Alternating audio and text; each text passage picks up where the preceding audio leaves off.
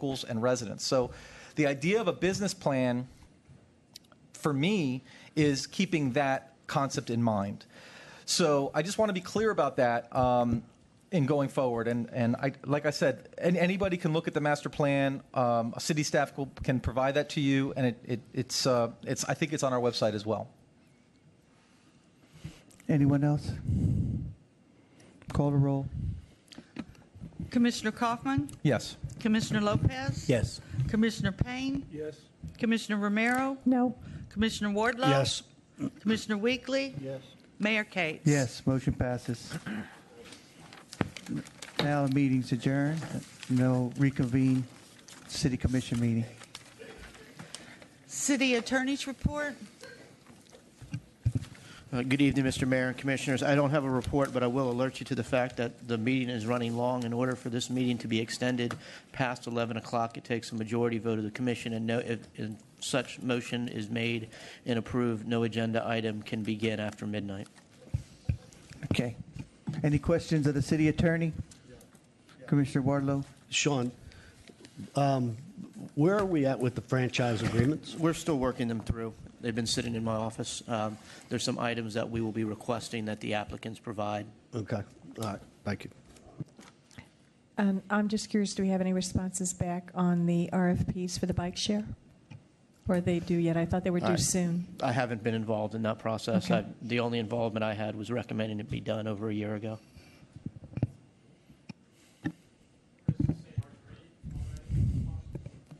Three, Chris? Is that what you're saying? Three thus far? Is when it's due. Okay, March 1st. Okay, thanks.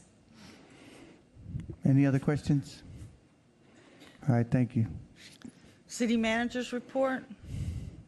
Yeah, Mayor and Commissioners, the only item I was going to say, and I know I sent out an email and I spoke to most of you, but we did get the in-kind funding from the Navy for the Truman Waterfront seawall, so that was the last funding line item we have. So we're going to go forward with that project, and that's all I have this evening. Any questions of the city manager? All right, thank you. Consent agenda. Approval of the minutes for January 18th, 2017 regular. Resolutions. Item number 7. Urging the Monroe County Board of County Commissioners to amend rules for distribution of Tourist Development Council bed funds. 9. Urging the Florida Legislature to retain a total of 4 county judgeships for Monroe County, urging the Florida Supreme Court to reconsider the recommendation to decertify one judgeship and to remove from consideration the notion of decertifying a second Monroe County judgeship in 2018. 11. Supporting Florida Senate Bill 162 and Florida House Bill 193, which, if passed, would allow certain municipalities to establish pilot programs for the regulation or ban of disposable plastic bags. 12, designating the wetland pond within the Key West Indigenous Park the Fran Ford Wetland Pond. 13, rejecting the bid received in response to invitation to bid number 17-012 for the Mole Pier protective electrical relays pursuant to section 2-834-4 of the Code of Ordinances. 14, approving a task order for building construction services to Stantec Consulting Services for the City Marina at Garrison Bight Dolphin Pier replacement project in an amount not to exceed $30,737. 16, authorizing task order number 1 for conceptual design and permitting services to Stantec Consulting Services, Stantec, for the 10th Street Pocket Park project in an amount not to exceed $27,942. 16, approving task order number 2-17 SWR from CH2M Hill Engineering in an amount not to exceed $56,300 $56 for design, permitting, and bid phase services for effluent pump FP-3-1 control and VFD replacement and authorizing necessary budget transfers. 17, authorizing pursuant to Section 2-7974B, best interest of the city, and 2-844AB, brand name specification of the Code of Ordinances, the purchase of 18 G-Tech B300G6 Extreme Rugged Notebook computers and related equipment from PCN Strategies in the amount of $81,284.22. Move for approval. Well, I'm not quite through. 19, 19. supporting the Monroe County Land Authority execution of the attached quick claim deeds conveying parcel 107 and parcel 109, commonly known as a portion of the Key West Bridle Path, to the State of Florida Department of Transportation. 20, approving the attached quick claim deed conveying certain upland fill area abutting 717 Eisenhower Drive to Island Tranquility, authorizing the mayor to execute necessary documents. Now I'll move for approval. Motion approved by Commissioner Weekly, second by Second. Commissioner Wardlow. All in favor with aye? Aye. Any opposed? Hearing none, motion passes. Item number 6. Appointing Kevin Cates to the Board of Trustees of the Police Officers and Firefighters Retirement Plan. I have no one signed up to speak. Any questions? Yeah, I'm the one who pulled it. But since you are sponsoring it, I don't mind if you speak first. No, I'll just waiting on questions first. Okay. I would like to see Mr. Casamayor considered for this position as well. And I think where my real concerns on this come is on consistency. Because I think in the past, Mr. Mayor, that you had recused yourself on a vote regarding the firemen in the 13th check. And for consistency's sake, I can't help but wonder why there has been a change of mind. And quite honestly, I'd like to see Mr. Casamayor given a chance at this position as well. I'd like to answer that for you. Okay. Because when I recused myself, the firefighters were getting compensation, and my brother was getting compensation from that decision. Kevin Cates now, this is a volunteer position that he is being nominated for with zero compensation. It's a board that he's volunteering for to give back to his community. That's why it's different. Does that answer your question? That kind of answers my question, but I guess, is this something that we're not even considering the other person who has shown an interest as No. well? Consider all you want. Well, how? Point of order, Mr. Mayor, Yes. point of order. I'm There's just- no I'm motion on the asking. table yet. Yes, Okay. you asked me a question about that. I know you're trying to, well, never mind. All right, any other questions? Yeah, Mr. Mayor. Commissioner Sean, Wardlow. how do we handle this?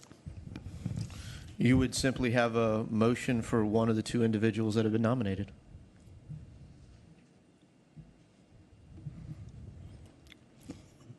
Okay, well, first we'll have citizen comment first, Okay. if there isn't any, and answer all the questions, and then someone will make a motion.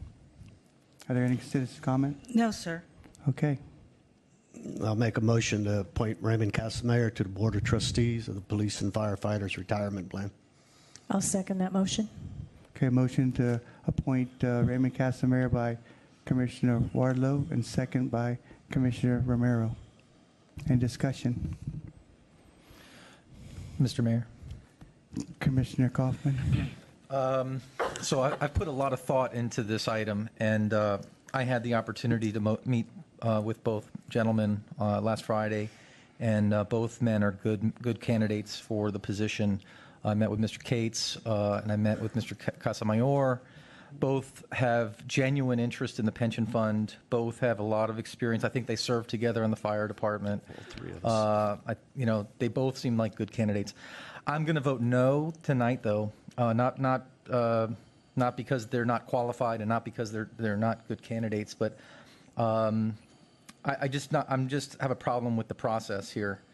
I think it would be a better practice if we had the positions like this advertised with a deadline to submit an application to see, what interest there would be from the community in serving. I looked at the ordinance, section 46-62, and it specifically says that we have one trustee appointed by the mayor and the city commission, and so this is for all of us to be involved with in this particular appointment. So I mean no disrespect to Mr. Mayor or to Commissioner Wardlow. I just think that the process needs to be more carefully considered here, and so that we can make the best decision for the community. But they have to be a retired firefighter. No. No, Yes. not according to the ordinance. The ordinance says shall be either an active or retired member of the plan or a non-member of the plan who is a resident of Monroe County, according to what I'm reading in 4662. Could you clarify that, City Attorney?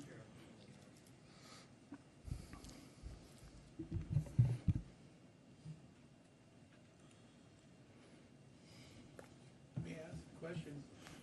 Mr. Payne? Has the ordinance been changed where the commission appoints one fireman, retired fireman to the board and one retired police officer to this board? Then the police department selects one retired policeman for its representative, and the fire department selects someone, retired fireman for its selection. Then the four people sit down and they select a fifth member. Now, has that been changed where this business about you've got to be a resident of Monroe County and the city of Key West, and then they don't have to be retired policemen or I think the firemen? City Has that Attorney's going to changed? answer. Sure. City Attorney's going to answer that. Section 46-277 is entitled Composition, and the first section, 2 trustees shall be selected by the mayor and the city commission unless it is determined by majority vote of the city commission that a suitable retiree cannot be found to serve on the board. 1 trustee shall be a retired member of the Key West Fire Department, and the other trustee shall be a retired member of the Key West Police Department. Each trustee shall be a legal resident of the city or maintain a legal residence within 30 miles of its boundaries. Also, I was reading the wrong sec. What's 4662? That may be the prior plan. Oh, okay. For My mistake. Sorry. Sorry.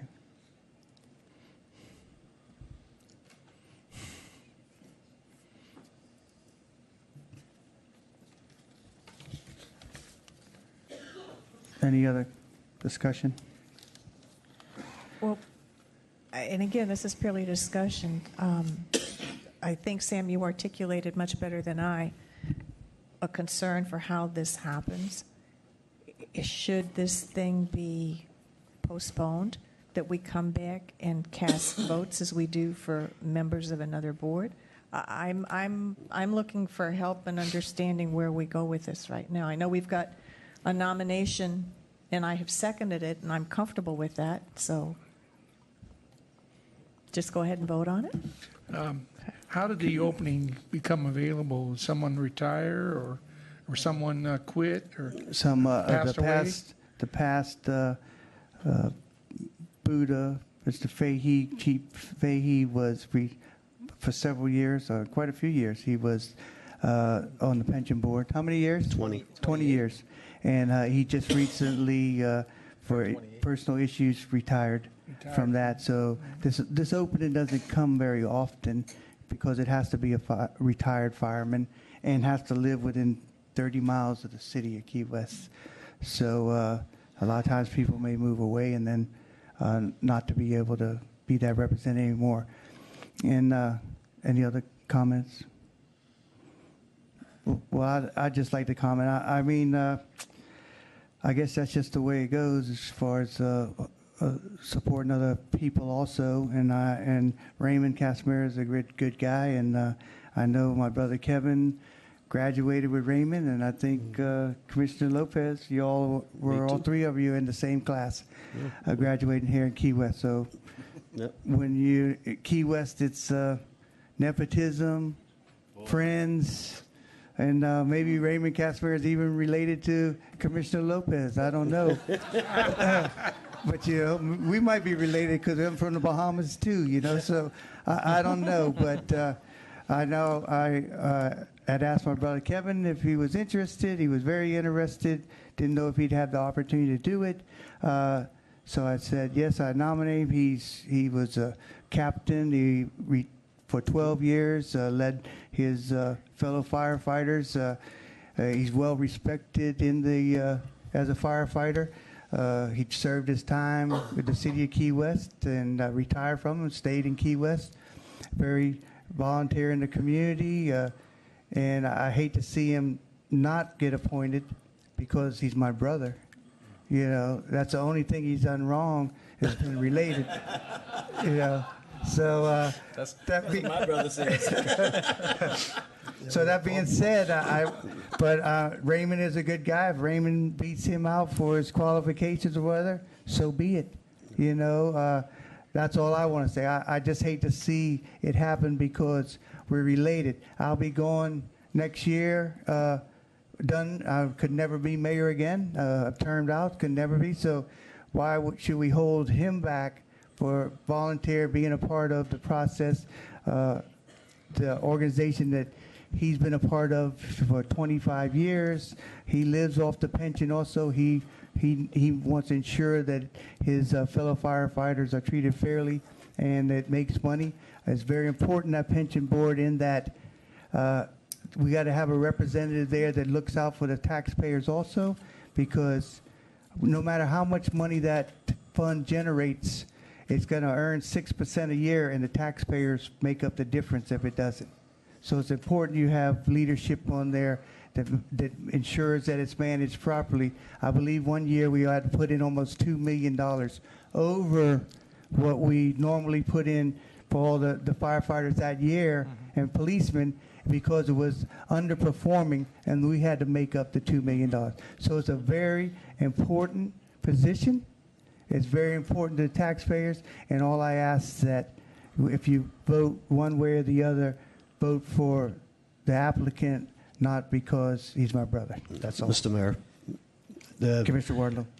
the reason I appointed or recommended Raymond, both Raymond, Kevin, and I grew up together from kids. We played across the street from your house in the ficus tree, Kevin. And he was on my watch for years. Raymond came to me, I'd say 6 or 8 months ago when Buddha first started talking. Chief Fahey, I'm sorry, started talking so everybody knows who I'm talking about.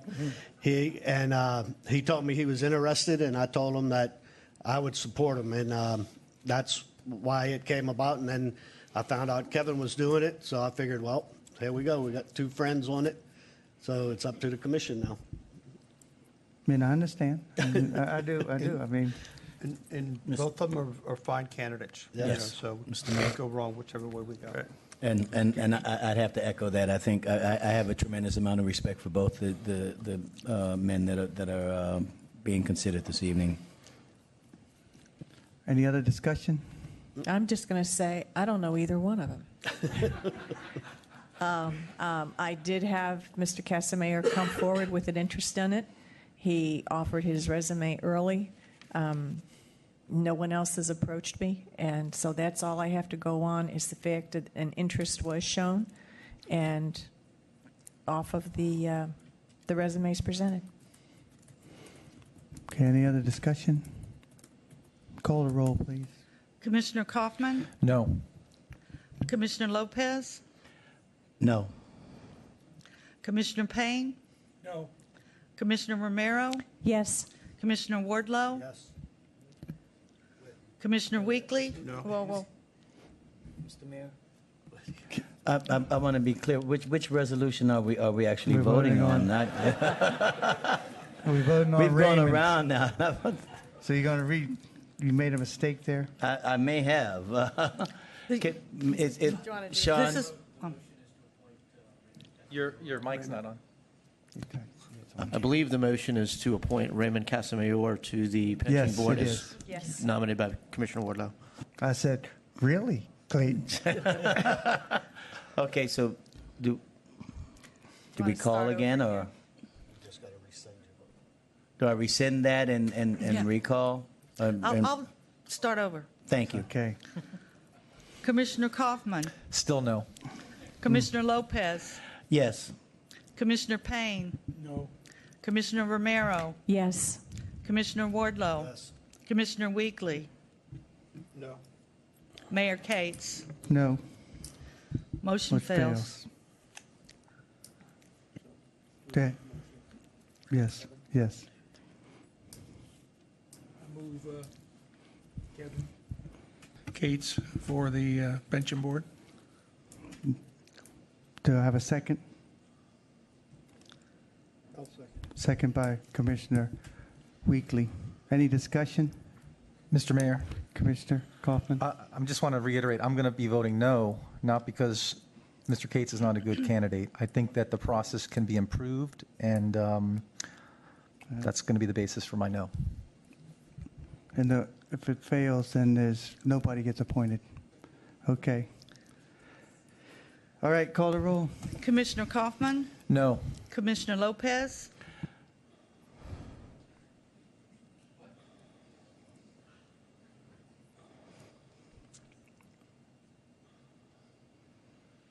I'll say yes.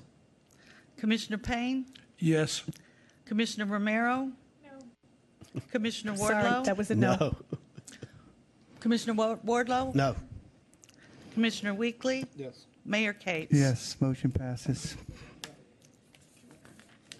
And thank you to both candidates and for putting your name out there and in the public and having them be chosen. And but thanks again. All right, motion passes. Move on. Congratulations.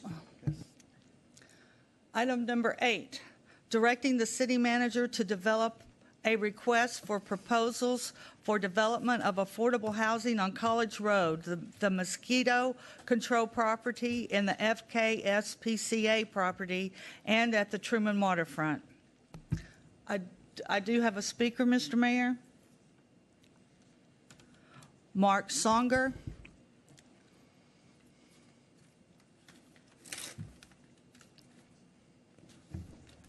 Good evening, Mayor and Commissioners. I'm Mark Songer, 1310 Newton Street, and I'm speaking on behalf of Last Stand. We considered this item, and we support the request for a proposal for the development of low-income affordable housing at the city-owned property on College Road as well as at the Truman Waterfront.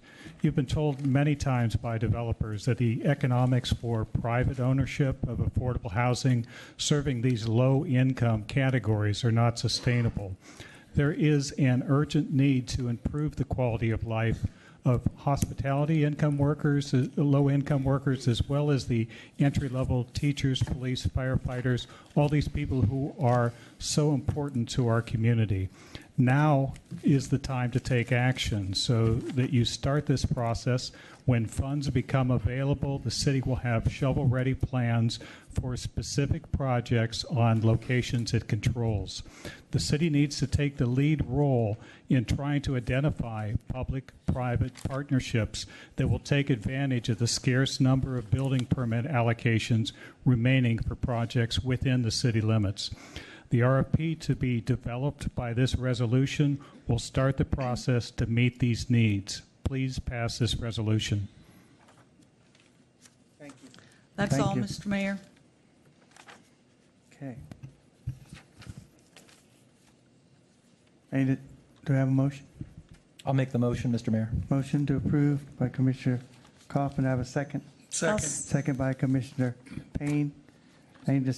Commissioner Lopez? Yes.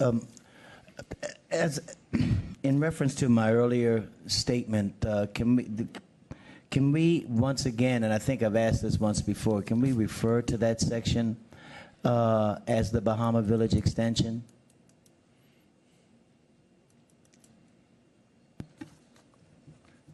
That sounds more like a legal question, but I think, I mean, Well, no, I think the reality of it is because again, there's a misunderstanding that people are thinking that we're wanting to put affordable housing in the middle of the park, and I want to try and make clarify that.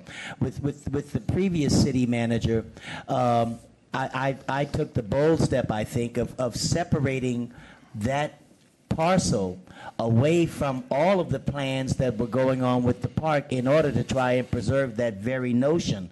And I see that when we once again adjoined the two, that's when we started having this misunderstanding about where the affordable housing is supposed to take place versus where the green space / park is supposed to take place. And that's my concern. Commissioner, as I understand it, there is only 3.2 acres that is currently marked as part of the CRA. Under, I think it says under development. It's the only area that was not included within the approved master plan. Actually, it was the whole 6.6 that was separated out at that time. But the only part of that was part of the CRA was the 3.2.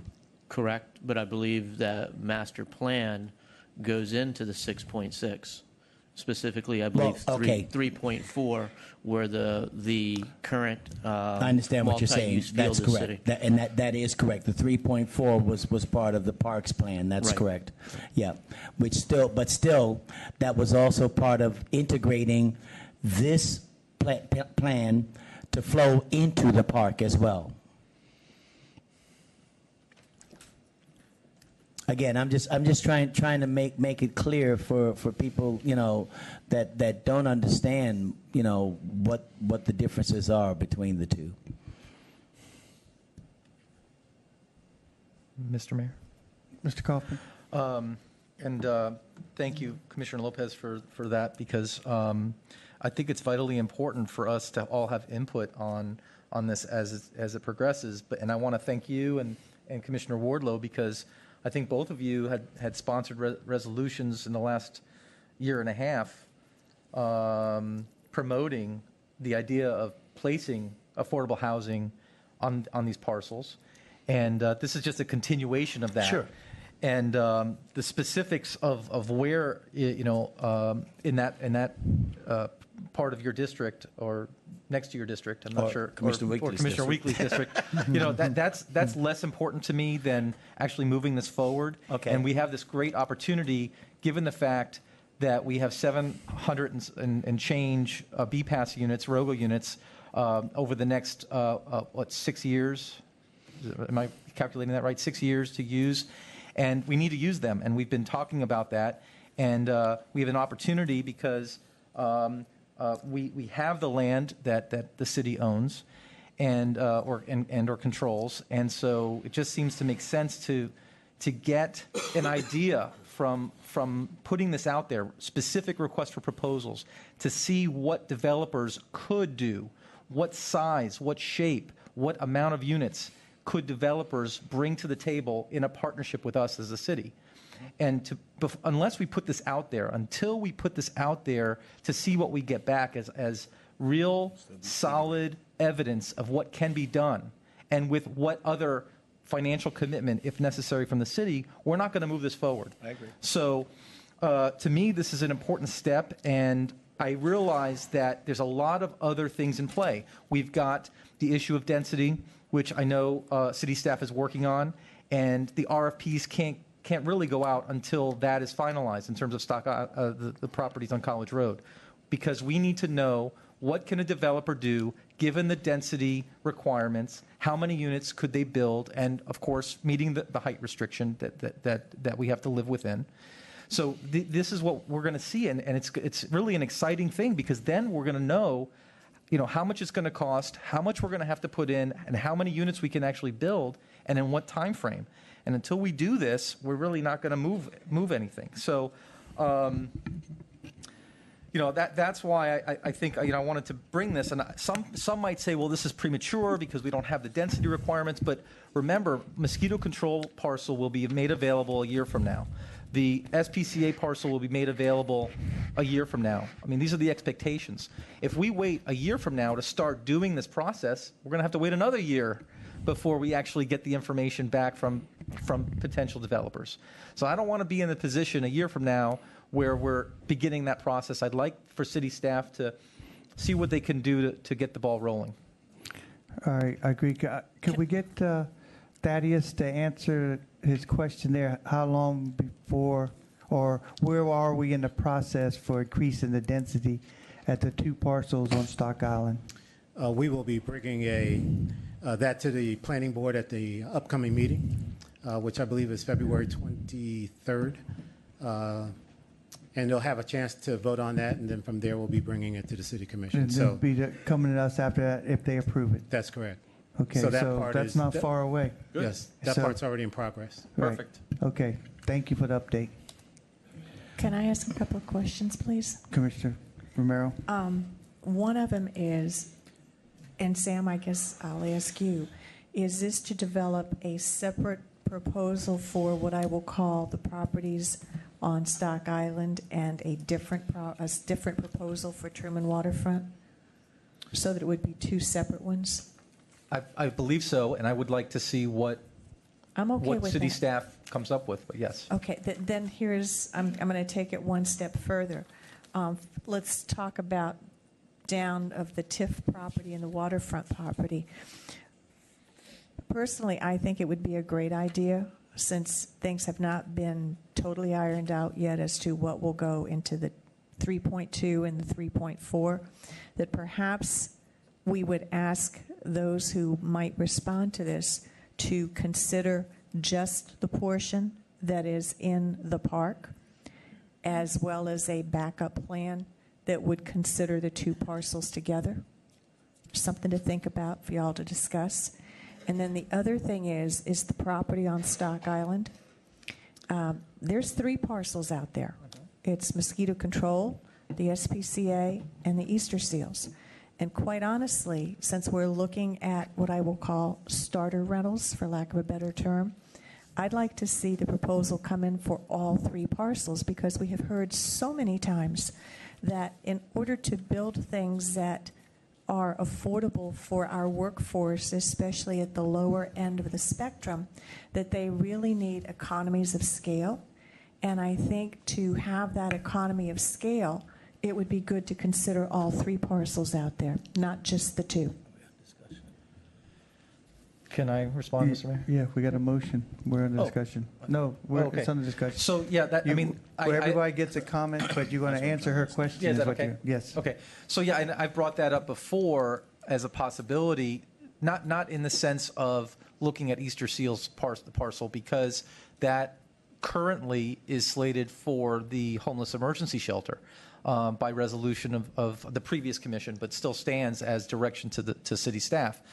That being said, the parcels are the boundaries are drawn in such an odd way. If you look at the 3 parcels, Easter Seals is this triangular shape kind of in the middle of them, and I had brought that to the table before and suggesting maybe we could look at the parcels as one large parcel, but there wasn't support before for that. So, as far as I'm concerned, there are 2 parcels available. There's the mosquito control parcel. There's the SPCA parcel within a year from now. So those should be the 2 really targeted. If city staff comes back and they say, well, we should maybe consider doing something else with redesigning the parcels, because we certainly could do that. All 3 are contiguous and all 3 are owned by the city. If that comes back from city staff as a recommendation, I'm certainly open to that. But for right now, I think going in the direction that we have been going, I think that's why the resolution is specific to those 2 parcels. Again, I would just offer that as, let them come back with the proposals and let's see what we get. And if a developer thinks they can do more with all 3, let's just see what they come back. That's what we're looking for, is proposals. And I'd like to encourage creativity at all levels there to get the best thing for our citizens. Okay. Any other discussion? We got a motion on the floor. Call the roll.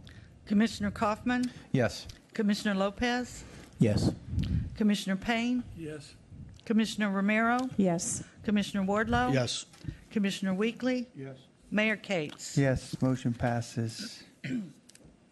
I was previously asked by one of the residents out there when they thought, I guess it's Boulevard 23, item 23 is going to be discussed. It's probably still about 30 minutes away, or 20, because it's running way later than normal here tonight. She was just curious. So, Gloria, it's about 20 or 30 minutes away. All right. Item number 10, Well, directing city. yeah, maybe we'll do it after this. Go ahead. Okay. Item 10, directing city staff to prepare a report as to the feasibility of renovating the Powell building. I do have speakers, Mr. Mayor. Would you like to present this? Yeah. We'll let Commissioner Payne present it, then we'll take the speakers. This is a large 23,000 square foot building. It's an excellent opportunity for us to use. I notice in our master plan for the Truman Waterfront, we were thinking about having a 24,000 square foot community recreational center down there. And I'm just thinking this could be made into a community recreational center. And I think that it's a cement. It's a strong structure. I believe it even could maybe have a second floor added to it. I would like to see things in there for our young people. I'd like to see perhaps a skating rink in there. I'd like to see maybe a bowling alley, some classrooms for computer instruction. I'd like to see maybe a residential area for a dormitory for our first responders to stay, and various athletic teams that come to town. They can stay overnight instead of trying to go back to Miami up US 1 that night after a game. It's just all kinds of things that could be utilized in that space. Facility for cooking. There's all kinds of things, and I would hate to think that that we are contemplating in any way the demolition of this building. And I know there was an article in the Citizen that surprised me, and I was shocked that we would even think about destroying this 24,000 square foot building that has all kinds of opportunities that we need for our young people. So that's why I came up with this resolution that let's look into it and see. I think staff did something not too long ago. How many years ago? So they could just upgrade their report to us. It wouldn't be that hard to put together. And what possible uses, if other members of the commission here have any ideas of things that they would think that would the building accommodate, to talk to staff about it and have it incorporated and get an answer of whether it could be feasible to put in there. I just think it's we need to be looking at that to see. Let's renovate it. Let's keep it. Let's keep the green space out there as much as we can by utilizing. The stable needs to be at the end for the sheriff's horses that he has. We could even get some ponies in there for little kids to come and ride ponies. There's all kinds of things we could have for our kids out there. And so let's not miss this chance, and let's see what we could do maybe. Let's put our heads together and see what we could get over here for our kids. All right, now we'll take citizens' comment. Kira Sainer, and then Mark Songer. Looks like only Mark's left. After Mark, Gene Zeman. Good evening, Mayor and Commissioners. I'm Mark Songer, 1310 Newton Street, and I'm speaking on behalf of Last Stand. Last Stand has consistently requested that the Powell building be restored and used as a part of the park plans. We recommend that you pass this resolution and determine what funding would be required today to repair this building. However, in 2014, you approved a master plan for the Truman Waterfront Park. That plan called for the demolition of the PAL building and locating a multi-use sports field in that area.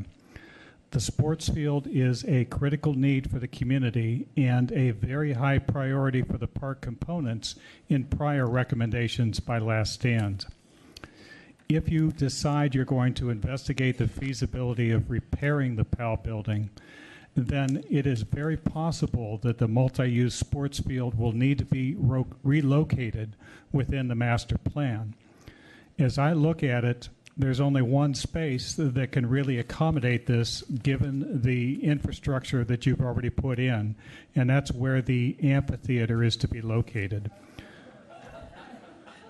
Therefore, we urge you both to pass this resolution and delay any work on the amphitheater until a decision is made on the PAL building. Thanks for considering our comments. Mr. Mayor. Commissioner Lopez. The only issue with Mr. Songer's comments is simply that if we delay any action on that until the PAL building, there's already a resolution that says that we can't do anything with we can't tear down that building until we have another location for it, and that's also true with the multi-use field. So we've got sort of a catch-22 there on that one. That's not going to work. What I would like to see, though, is if we... I think we got Jean's going to make a comment. I'm sorry. That's all right. I'm sorry. I did not. I thought that we were done with public comment. She was behind that computer screen. Sorry, Jean. Okay. Thank you. Okay. Thank you very much, Mayor, Commissioners. My name is Jean Zeman. I live at 1002 Catherine Street here in Key West, and for total transparency, I do work for the city, and I am a big supporter of PAL. Not getting into the political part of it of where it should go or who's on first or any of that stuff. All I want to hear from you guys is a reassurance, and ladies, excuse me, is a reassurance that before you kick PAL out of the gym, that they have a home to go to. We don't want to be sitting out here in limbo, not having a place to provide for the children. Thank you for your time. I told you I'd keep it short and sweet. There you go. All right. Thank you. Thank you. Anyone else? No, sir. All right. Thank you, Mr. Mayor. I simply wanted to say that if we're going to ask, would Commissioner Payne accept a friendly amendment that we prepare a report as to the feasibility of renovating or other considerations for use of that space? There's no motion yet. That's what the resolution does. It already provides that, Commissioner. Okay, just I'm just wanting to be clear that it does say that. What could we put in there if we renovate? So then, in other words, if this doesn't lock us into simply solely looking at renovating the PAL building, is all I'm saying.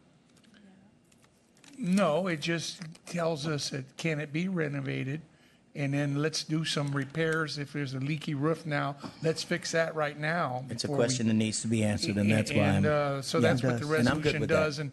And can it be renovated, and would we have viable uses? And that's we want to get that information I'm good with that. back. You know? All right. Sure. You know? I get it. Like I said, I just wanted to be sure that because I don't want to further lock us down.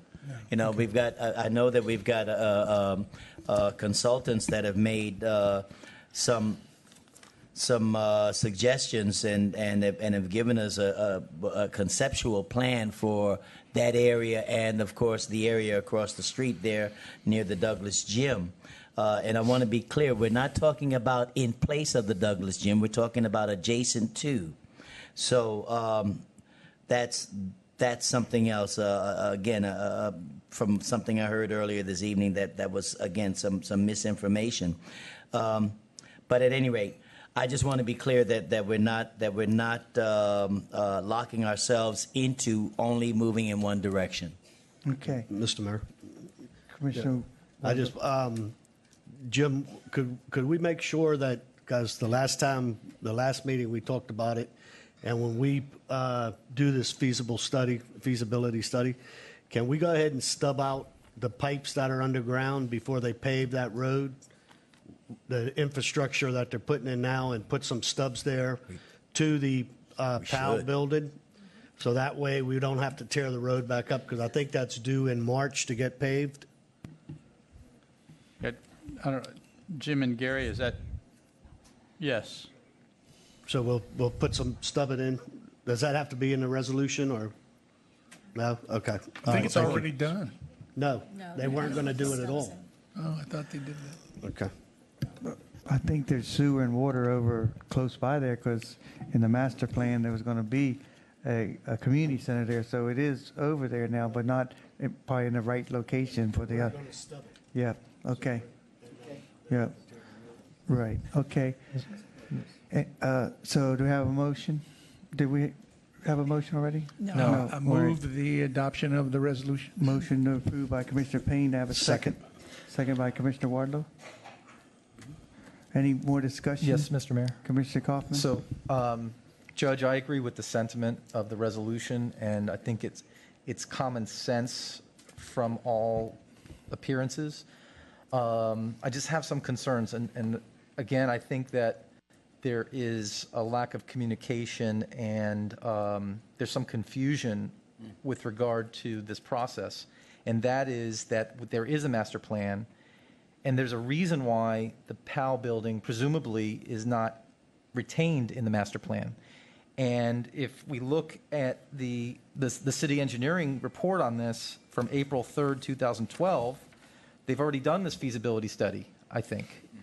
And so, the reason I put the discussion item of having a liaison between the commission and the TWA board is because it just seems like we're not all communicating. And it seems like one hand doesn't know what the other hand is doing, in the sense that I think that TWAB at their next meeting may have this on their agenda. And we're just it's ping-ponged back and forth. The amphitheater, the PAL gym, and the context of we already have a master plan. And that all of these issues have already been reviewed. And I'm looking at the recommendations from April 3rd, 2012 from our engineering department and our planning staff.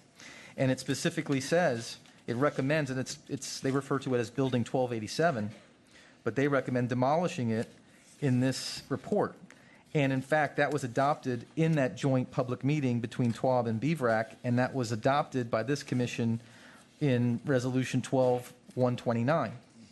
So I'm just concerned that we're kind of going in circles, and at some point we should stop that, and we should, I don't know when, but I just think that maybe there's a way that we could have better communication with the TWA board and have everybody on the same page with respect to this, because I just think that this has been done already. And I hate to say that, because I think that it's common sense, and by what it appears, the building is an amazing building, has amazing potential. But if the city engineering department has already done this, I guess we're just asking them to pull out the past report, and then they can present it to us again. I'm not against this resolution. I'm just sharing these concerns. I'd like to comment on that. And I wouldn't say we're bouncing around. I think we do have to decide on if we're going to have field down there, the 3.3 acres or 3.2 or 4, where the field is now. So if we do away with, if we build housing there, we're not going to have that field. Mm-hmm. If we don't do something, if we leave the PAL gym there, we're not going to have that field.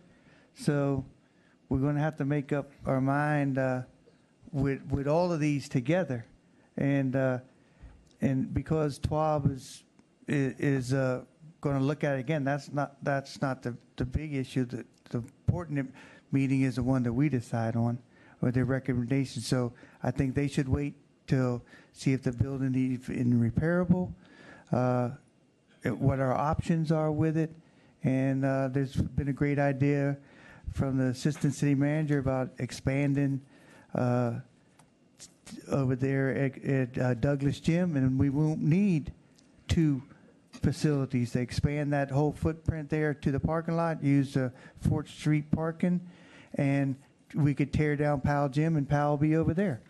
And then we could have a ball field there, and then we could have housing on the 3.4. Those are, yes, there's a master plan that we've been moving along. We got these phases, but this final corner down there, all along we knew we had more options there. And once we got the ones we were all agreeable with, when we get down to that last corner, then we're going to have to, let's work on that instead of everything all at once. So there's going to be some hard decisions to be made, and I think this is just information to make an informed decision, from my opinion. Mr. Mayor? Commissioner Lopez. I thank you. You actually make my point better than I did. I think that from the beginning, when I first became a member of this commission, the thing I was most concerned with was people having flexibility about what they wanted to see with respect to the waterfront park. Because the truth is that, and I use this analogy with staff and they just broke out laughing, but the truth is that we've always, from the very beginning, been wanting to put 10 pounds in a 5-pound sack. And that's the truth. I mean, and so that when you have that much input into what you want, and you don't have that much space, then everybody's going to have to be somewhat flexible as to how much of what they want they're going to actually get. And there's going to have to be some cooperation with how you move and massage the whole situation so that it accommodates everybody's needs. I agree. Thank you. I agree. Any other discussion? Yes, Commissioner please. Romero? First off, Judge Payne, I really am so glad you brought this forward. I think we need stuff for the kids. And I want everybody to know I have not talked to Mark Songer at all about obviating the amphitheater. So that was a pleasant surprise. You know, it seems like I sit up here and I listen to talk back and forth and back and forth. And I also have a note that says, this is from the planning director, that if we relocate the PAL programs to an expanded Douglas gym, it could obviate the need for a proposed community center. Well, what that says to me is, oops, we might be changing the plans because the master plan calls for a community center. So, you know, either we're going to keep the master plan or we're not. So I think the fact that we're going to explore this, we have heard from Officer Vasquez how much usage there is down there. And when I look at the children who are participating in these PAL programs and other things that could happen in that facility, they're not just the children of Bahama Village. They're the children from the entire city and even some of the lower keys. That's true. So to me, a community center just doesn't mean within, you know, the half mile or mile that somebody's at. So I think this is marvelous that we explore the options. It's a really heavy-duty building. And I'm not a construction expert, but, you know, maybe you put in some air conditioning, you hook up the water and sewer, because those kids haven't had that for ages. And let's, you know, what are you going to do if you don't do that? Tear down the PAL building so we can have more parking spaces? I think that's ludicrous. So, Judge, I'm all for this. Bless your heart. Thank you. Somebody likes me. Bless your heart. Okay. Any other discussion? Call the roll. Sounds like unanimous. Commissioner Kaufman? Yes. Commissioner Lopez? Just want to be clear, nobody said that they wanted parking spaces. You got to turn it there. on. Nobody said that they wanted parking spaces there. It was always supposed to be at recreation, and my vote is yes. Commissioner Payne? Yes. Commissioner Romero? Yes. Commissioner Wardlow? Yes. Commissioner Weekly? Yes. Mayor Cates? Yes, motion passes. Welcome. Item number 18, approving the attached second amendment to agreement ID number 1212, the interlocal grant award agreement with the Monroe County Tourist Development Council for the Truman Waterfront Park Amphitheater and the public parking project to extend the termination date to March 31st, 2018. I have no one signed up, Mr. Mayor. All right. Do I have Commissioner Romero, you pulled this? Sorry, I sure did. I pulled it because, to me, this just says, why did we hurry up and have to go out with an ITB if right on the for the amphitheater, when in fact, so quickly on it, we're now going to ask the TDC to extend it from September of 2017 to March of 2018, another 6 months. It just is incredulous to me that if we knew we could extend it, why did we have to hurry up and go out with an ITB? This just does not make any sense. Okay. Do we have a motion? I'll make the motion. Motion to approve by Commissioner Kaufman, second by Commissioner Lopez. Any discussion? Call the roll, please. Commissioner Kaufman? Yes. Commissioner Lopez? Yes. Commissioner Payne? Yes. Commissioner Romero? I'm going to vote yes on this, but I have my reasons. Wow. Commissioner Wardlow? Yes. Commissioner Wow. Weekly? Commissioner Weekly? Yes. Mayor Cates? Yes. Okay. Learn something every day. Item Okay. number 22, authorizing the city manager to explore the feasibility of repurposing the gymnasium at the Josephine Parker City Hall at historic Glenn R. Archer School to construct a senior citizen center, directing the city manager to report periodically to the commission about costs, potential funding sources, and other concerns related to the use of the property for such purpose. Have any speakers? Yes, sir. Louis Latour.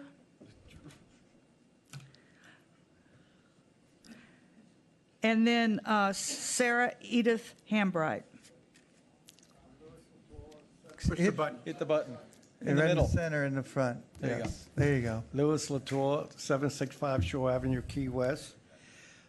We definitely support this. Thank you, Mr. Kaufman, for doing this. It's desperately needed. Just want to give you a little background. There are 4 senior centers in this county, one in Key West, one in Big Pine, one in Marathon, and one in Plantation. The background in reference to the first senior center was in Key West. It was Old City Hall on Green Street, downstairs. That was the first senior center. And through the years, it's moved around different places. Today, it's over here at the Harvey Government Center, and that building is in poor condition, bad. It's been like that for about almost 5 years, and we just can't be in that building anymore. Let me just give you also some more information.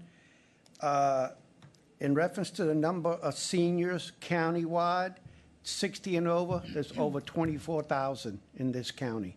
In reference to the city of Key West, there's between 10 and 12,000 60 and over seniors. We need a place here in Key West. The other 3 places are working well, but we need and I want to give you some information. The person who really led this way back was, remember, the late Melvin Levitt. He was very supportive of all these programs.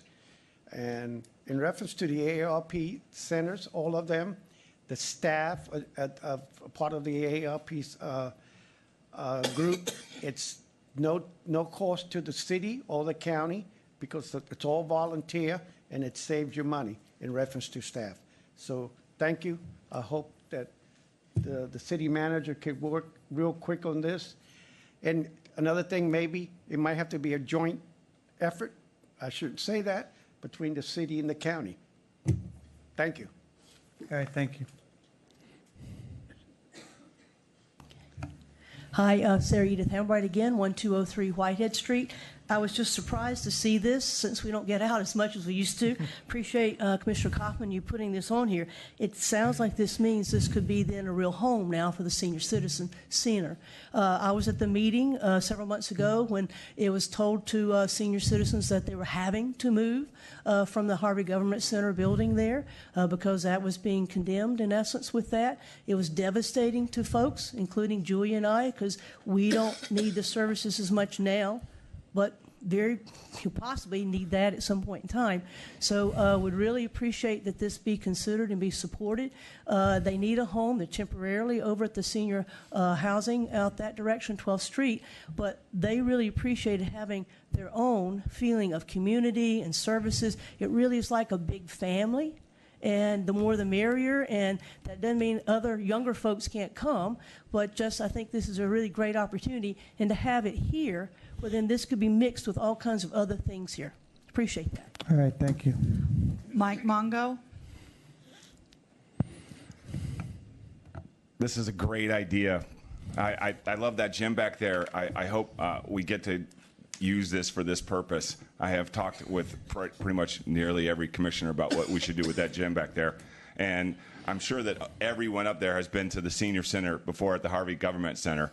And it's a really important part of the community that we don't get to talk about a lot. So I'm for this. Thank you. All right, thank you. That's all, Mr. Mayor. Commissioner Kaufman, we have a representative from the county. Okay. Could you come? Yeah, Ms. Graham, could you come up here and you sent us an email. Did everybody receive the email that she had sent and forwarded to everybody to explain what the county is doing for the seniors? And because the county normally handles all the senior centers and issues with the seniors. Go ahead. I just want to make one comment. Not only did I receive the email, Ms. Graham and I have had conversations. Okay. Hit the middle button. That? Yep. There you go. Okay. Good evening, Mayor and Commissioners. My name is Cheryl Graham. I'm the Senior Director of Social Services with Monroe County. I think I've spoken with almost all of you. I made every effort to reach out to most of you. I think I missed you, Commissioner Weekly, and you, Commissioner Payne. And for that, I apologize. It's been a crazy time since I found out about this on very short notice. I think there is a lot of misinformation in the community about the existing senior center that we have over at Truman. It is still fully functional. It is still fully operational. It has never been closed down. We are still operational every Monday through Friday from 9 a.m. until 5 p.m. We are still serving meals there every day. I think that there's been a lot of misinformation in the community about that. A lot of folks have thought that we've been shut down. We have never been shut down. The facility has been under construction for about 18 months. It's not been 5 years. It may seem like 5 years, but it's only been about 18 months. And in government time, that's not very long. We have an agreement which I did send to you, Mayor Cates. We made an arrangement between the BOCC and. No, I'm sorry, that wasn't for you. Okay. Sorry. Do I have to press something? No. Okay. Go ahead. We made an arrangement between the BOCC and the City of Key West Housing Authority to basically live rent-free over at the Senior Citizens Plaza off of Kennedy Drive in exchange for rehabbing their kitchen, because up until now their kitchen has been non-compliant. It's not really up to code. So when we get all the permitting done, the speccing out, the engineering, all the kitchen equipment in, everything done, when that happens, we should be able to move in sometime around December of this year. That arrangement was made between our commission and the Housing Authority in May of 2016. Our commission was very stern and very strict that this was to be a temporary arrangement. It was not to be forever. The agreement says that it's to last only 5 years. And the reason for that is that they want to make sure that we are moving back to our original home at the Harvey Government Complex.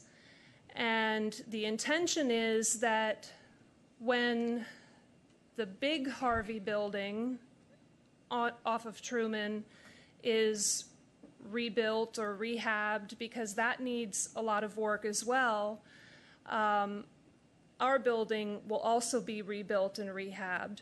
Now, it is my understanding from Doug Spacito in engineering, when I spoke with him today, because I told him I might be speaking with you, where were we on that whole project with the big Harvey? He said that engineering, the contractors and all are actively working on poking and prodding at the big Harvey building right now. And once they have an idea of what needs to be done, time frames and whatnot, we'll have a better idea of the time frame of rehabbing the senior center. So in the meantime, we have a temporary home over at the senior center off of Kennedy, but we haven't moved in yet. We're still fully functional over on Truman. Does anybody have any questions? Are there any about questions? Is the activities component of the Senior Citizen Center moving over to the location on 12th Street? I mean, it's Kennedy. It's on Kennedy. Off of Kennedy, right. Kennedy. Okay, so in or around December of this year, when we do move over, first of all, everything's the same as it always was where we are now. But when we move over in or around December, the Board of County Commissioners has offered the AARP full use of the BOCC chambers indefinitely for all of their meetings, of course at no cost. So that's one option. But when I spoke to Manuel Castillo about this, he said the activities component is not authorized on their property. That is correct. Okay. Mr. Castillo is very firm about that. Right. He doesn't, and it's not because he doesn't want the AARP there, it's because The residents' issues with potential issues with residents. right, that, and because he's already got so many activities going on after 1 o'clock that there Right. just isn't enough space or time. So one of the things that we had made arrangements for with the previous administration of the AARP was to share our time and our space with them between the hours of 9 and 1 or 9 and 1:30. And they were amenable to that. So we're hoping that the current administration of the AARP is still interested in doing that, because while we're there from 9 to 1, with all of our meal site clients, it would certainly be a good time and a good partnership to have activities going on at the same time.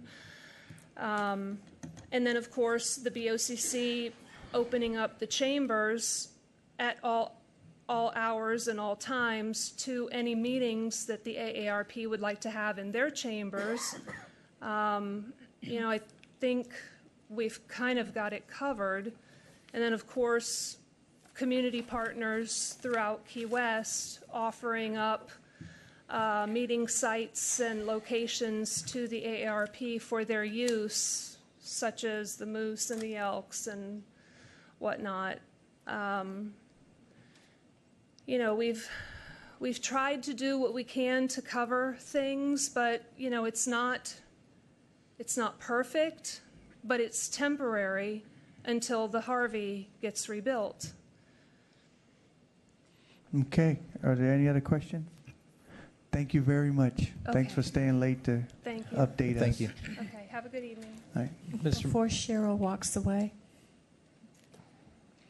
Cheryl, I think that when you and I were talking, that you also said that the county has offered to extend the meal service for both breakfast and lunch, and offer to have the residents of the senior center partake of that as well, even though they may not be partaking of that now, correct? That is correct, right. Currently, we only serve lunch, but once we move into the Senior Citizens Plaza, we're going to open it up for breakfast as well. And of course, that's not just for the residents of the plaza, that's for all of Key West seniors. All right. Mr. Mayor. Commissioner Lopez. Ms. Graham, let me ask you, would you see, if this resolution were to pass, would you see duplication in that? I know that's kind of a kind of putting you on the spot, but I know that during our conversation, that was one of my concerns. That's certainly what it appeared to be to me. Yes. Okay. Yes, and I mean, I don't want to duplicate services. We don't, you know, we're limited with our funding, for one thing. Sure. You know, we have very limited staff.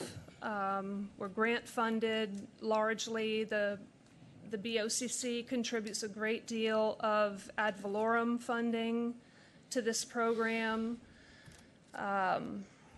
So we really need to be cognizant of the fact that the taxpayers are already contributing to this service. So we really don't want to duplicate anything. You know, we really try and be very, very stingy with the dollars. Sure, as we all are. Right. Thank you. All right, thank you. Any additional questions? I don't. Nope, Thank I hear you. none. Thank you. Mr. Mayor, Commissioner. it was my resolution. Yes, I'd like to. yes, go present Okay, it. it's way past my bedtime, but I'll try to do the best I can. So the reason why I think this is a good resolution is because it's not committing anything as far as the space is concerned. But those of you who are familiar with the gymnasium, it's really an amazing space, and we should have a vision for what that space could be and what would be best for it for the citizens here in Key West. And this is just one idea that the city staff should consider. Now, the city staff may have other purposes in mind for that space, and that may be what's recommended to us other than this idea, and that's fine. But we're talking about a space that is steps away from this chambers, and it's not the locker rooms. So for those of you who don't know the space, there are two buildings behind us. It's that way. And the first building is the gymnasium, and it's got the basketball hoops still up. It's got the bleachers still there. It's really an amazing space. Any of you who could take a tour should see it. It's really cool. And then behind that is another separate building, and that's the old locker rooms. And there's two sides of the locker rooms. And those of you who've read the newspapers know that the SOS program, the food program, is seeking that space for their nutrition program, where they feed elders in our community, kids, and all sorts of programs. I think up to 500 people a day, on a day, or however much they do. But in any case, to me, it makes sense to consider this as an option, because we have two schools within walking distance. We have two Montessori schools. One is across the street. Another one is 3 blocks up that way. It's the charter school. We have HOB pretty close by, too.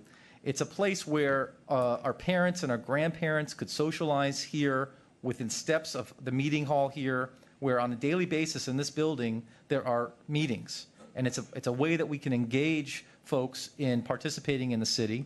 It's a way that it's a place where people could potentially socialize and have programs with some of the children within the walking distance area. And it's something we should consider if it makes sense. And I think that this type of program, because of the parking here that's more available, and because it's more central in town, might make sense. And I certainly think that the city and county should dialogue on this and not just be wedded to the same old program. Sorry to say, I mean, I don't want to get territorial about this. It's the county program or it's a city program. We should just all be into making it the best it can be for our parents and grandparents and the seniors. We shouldn't be afraid to talk about it. We shouldn't be afraid to say, well, this is a county program. We can't do anything to change it. we're going to have the if the SOS program is in the locker rooms, imagine the food that could be prepared fresh right next door and brought over there for the food program. It would seem to be a perfect marriage to me. I've heard, quite frankly, that the food program could be improved. It's hard to say it, but the food program could probably be improved that the county currently provides. And I'm not going to sit here and sit on my hands and not speak up. I think that the programs could be improved. We should do that for our seniors. They deserve it. And you know what else? I'd like to see them at our meetings. I'd like to engage. I'd love to be able to walk steps over there with some conks that have lived here forever and people who've lived here a long time. And I'd like to ask them, what do you think about the amphitheater? What do you think about the PAL gym? What do you think about these things? So anyway, I just think that we should have a vision for that space, and we should go for it and not be afraid that there's a county program or there's another program that we're going to step on some toes.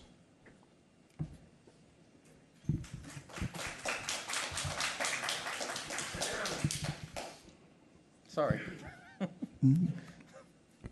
That's it. Anyone, any other discussion? Or we got a motion? Or questions? First we'll do questions if there's any. Did we make the motion? Not yet. Oh, sorry. I can't remember. Question first. Button, Jimmy. Button. Here's your button. So would this develop another department in the city? Would we Would be it providing develop a senior department? Not that I wouldn't think so. service? So who would fund this?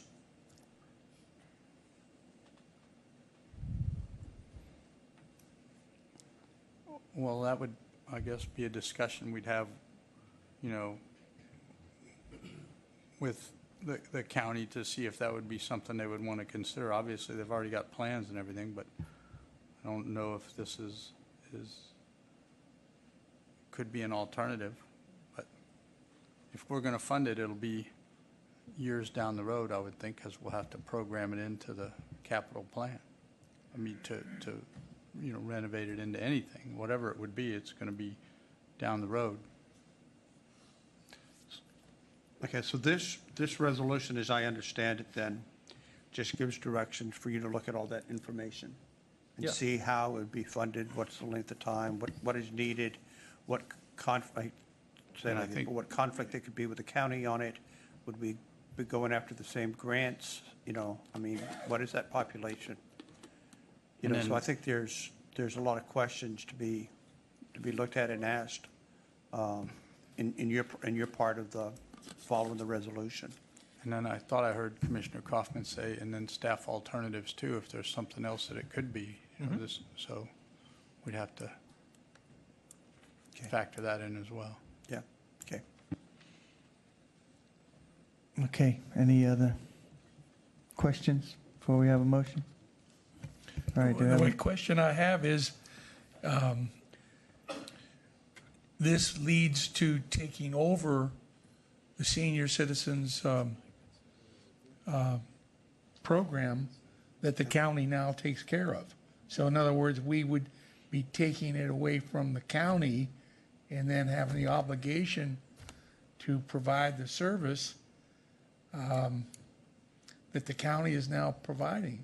And it's an additional matter or a burden for us to do, you know, and when it's already being carried by the county. No. Well, maybe or maybe not. I mean, I know this just looks into whether we're going to look into it and come back to us, but I just think that we shouldn't be rushing into things that are going to cost us some money. You know, when another legal governmental entity is taking care of it now. You know, and that's, I'm just hesitating to really, Well, it's one thing to just repurpose the gym and then they have a place they can meet. It's another thing for expenses that are attendant to that and to have that, how many hours a day would it be open? You know, what else do we need to have to go with it?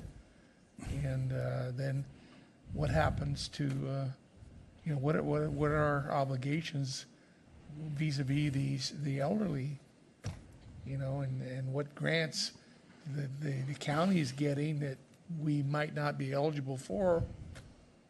And it just changes things, Yeah. And I think a good point would be since the county's providing these services, maybe we should, if they're not living up to what standards we think they should be, or you don't, or some of the seniors, that we help them improve them, rather than us having a facility for them and they have a facility, and then what they say, well, city's doing it, we're not going to do ours anymore, close that, and then then we got all of it. Now we got to provide a kitchen and all. So I think it'd be better if we could work together maybe and to ensure that our seniors are taken care of that way. So, Mayor, could I ask Ms. Graham to come back up just to get an idea of some numbers there, please? Ms. Graham, if you would, please.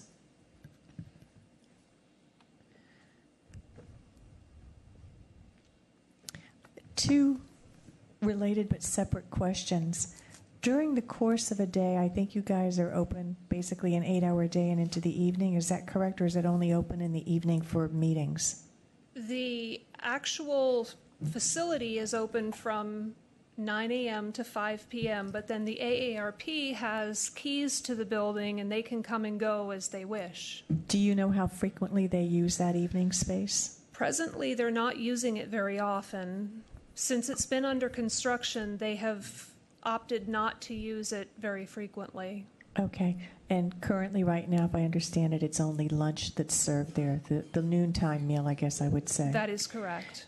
Do you have any idea, and this is a two-part question, how many seniors are served throughout the day, and how many do you provide lunch for? Rough.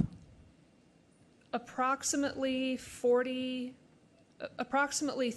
to 40 per day in Key West, and that is just the congregate site. That is the Key West site. Now, out of that site, we're also doing home-delivered meals. Okay.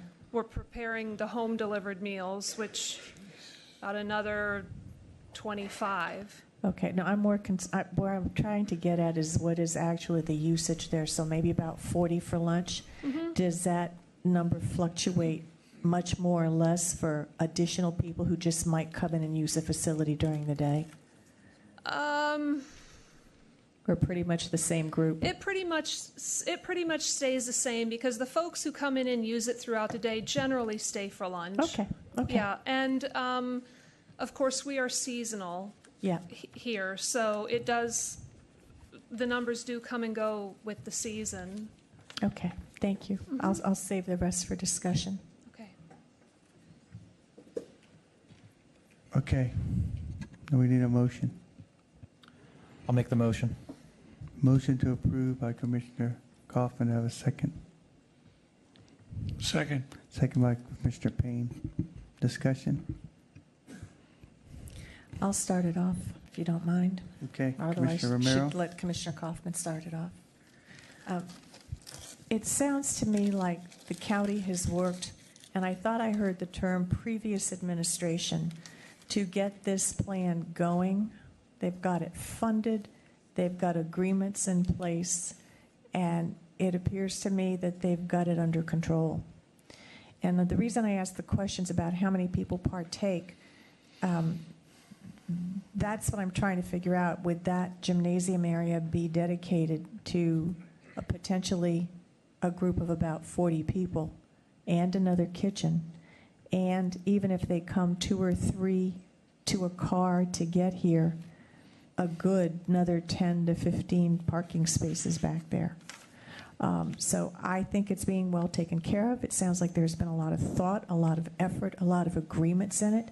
And quite honestly, if we're going to repurpose that gym, if anybody has been back to watch our permitting, building, code, and planning offices, in my personal opinion, those groups are packed tighter than sardines and can use some more space to better serve the public. So if anything, if we're going to look at repurposing the gym real soon, That's one of the things I'd really like to have considered, especially since it appears there's been a change maybe in the AARP team that's now working with the county, and the county's already got it under control. And I can't see us giving up the space when I think we could use it for city purposes here and contribute more to the good service and working conditions for our staff that serve the public here.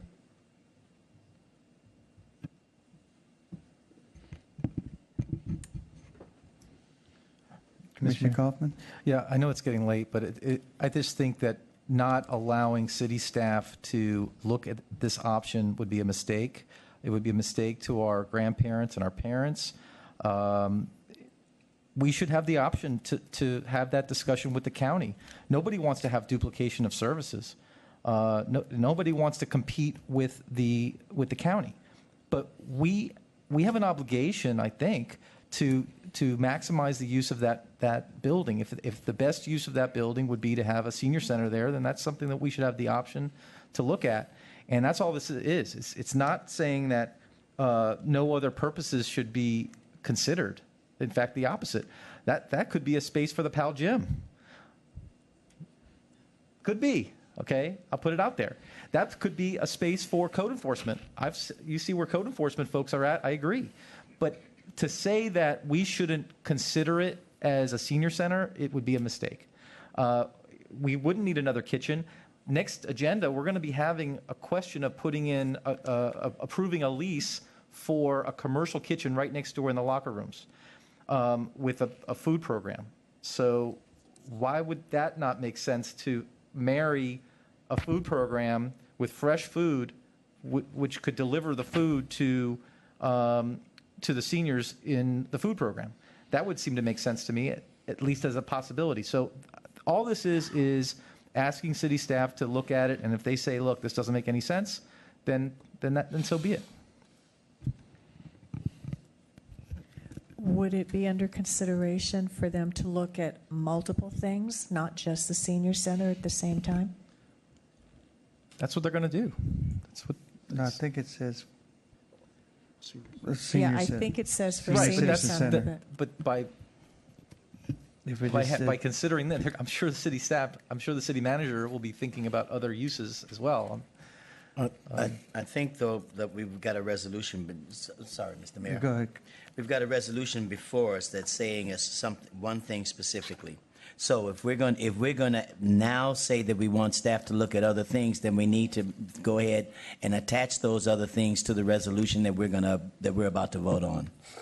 We need to say that we want to see city staff look at these things that are already in the resolution, plus the possibility of some of the other uses that such as code or other office space or other uses and stuff. That we need to have language in there that extends that. That's just what makes sense to me. Otherwise, we're gonna get back exactly what we have here, and that's no clear purpose. Any other comments? Discussion? So, Mr. Mayor, then following Commissioner Lopez, so this needs to be amended that gives staff to look at not only this senior citizen center, but other purposes as well, to clarify it. That's the intent of my resolution. It's not to commit to this idea. It is to explore it, and then city staff should recommend what the best use and best purpose for the city. And so who made the motion? I did. If you amend your motion. I think so. And I think Commissioner Payne seconded it. So if you want to amend your motion to look at all the options for that and costs, I think you'd probably get the support of the commission with that, from what I'm hearing. And I would accept an amendment. okay, yeah. That's the purpose of this. Okay, sorry. So we're going to look at all options, including the senior citizen Right. But I center. think it's a historic building, and you're probably not going to be able to do anything. It's been designated as a historic gym, and I don't know if they're going to allow you to change much in there.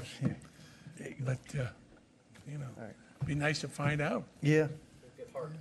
Okay, so that's, Mayor, just one more thing to think about as Commissioner we're Romero. tossing this around. And all I can see right now is our staff literally and figuratively pulling their hair out. They have got so much on their plate right now. Do we want to add this? Craig. And yeah, I'm not talking Greg about is Greg. not going to pull out. He's not going to pull out here. But I mean, they have pulling his hair so out. many things, and Pulled it out. if we are satisfied that the county has got this in place, and we have even extending services to all the additional people who live out at the senior center, I kind of am like, let's leave well enough alone. And to echo some words I've heard at this so office, let the county go forward with their plan, because apparently the former leadership of AARP was totally comfortable with it. So I'm more leaning to the company's got a plan. It's been in place since last, I think Ms. Graham said May. The people at AARP were totally okay with it until recently when their leadership changed. And I'm kind of like, why are we going to go mess them up? Why aren't we just letting the plan proceed? And if we want to do other things, then maybe this whole thing down at the PAL building, maybe there can be another small senior center down there to serve another part of the county as well.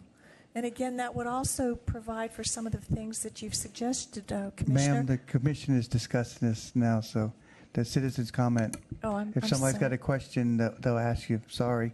That's the process. And my thought is with all the programs that are going down, I shouldn't say going down, that are occurring in Bahama Village with all the PAL activities, with the Bahama Village music program, with the tutoring program, how wonderful if we could incorporate senior involvement down there with the students back and forth. And isn't there still, Clayton, a program down there where the educators have programs and work with the children somewhat as well? I mean, I just think that's just a marvelous opportunity to explore for another use of the PAL building. They're functioning seasonally, out of the Martin Luther King Center, though, Okay, right now. just an idea. I hear you. But on your earlier comment about the about having another smaller center, there was one. There was one back when Mr. Latour had Miss Graham's job, and he closed it down. Okay? I didn't know that. Thank you.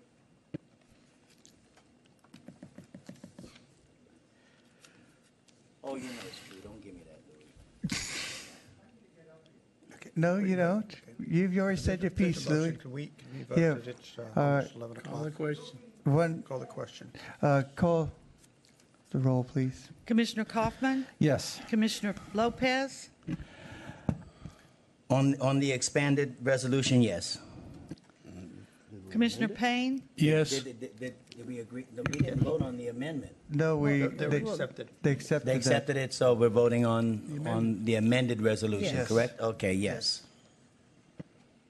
Commissioner Payne? Yes. Commissioner Romero? I can't hear you. Sorry. No, I don't think it's worth pursuing. Commissioner Wardlow? Yes. Commissioner Weekly? Yes. Mayor Cates? Yes, motion passes. Okay, we can't really start another. Yeah, Mr. Mayor, if you would like to continue this fun and spend another hour together, there needs to be a motion to extend the meeting until midnight. Did somebody make a motion? Can I ask how many people are here for the next item? There may be a lot of people here. I'm going to make a motion to extend because there's a lot of people here. For the next- Motion to extend by Commissioner. I'll second. Second by Commissioner Romero.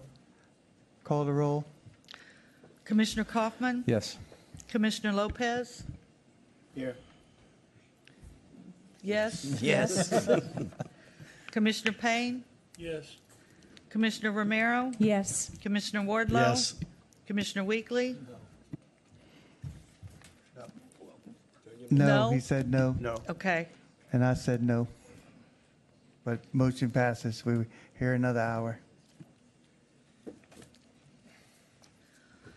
Recommending the current roadway design option to the Florida Department of Transportation for the South Roosevelt Boulevard Reconstruction Project, authorizing FDOT to proceed with the currently designed four-lane project on SR A1A South Roosevelt Boulevard between Bertha Street and the east end of Smathers Beach. Okay, do we have anyone signed up to speak? Yes, sir. Are we having a presentation first? Oh, we're going to do a presentation from FDOT. FDOT's here to give a presentation? No? No, they're here, but we didn't have a formal presentation. It would just Okay. review the staff's recommendations. Yeah, they'll answer questions, but the staff recommendation is to keep the original four-lane design. Well, after we have citizens' input, then we'll ask questions. Sharon Brophy, and then Liz Lusberg. Thank you.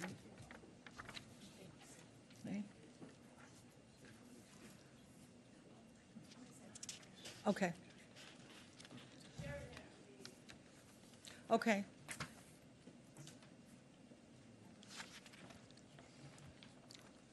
After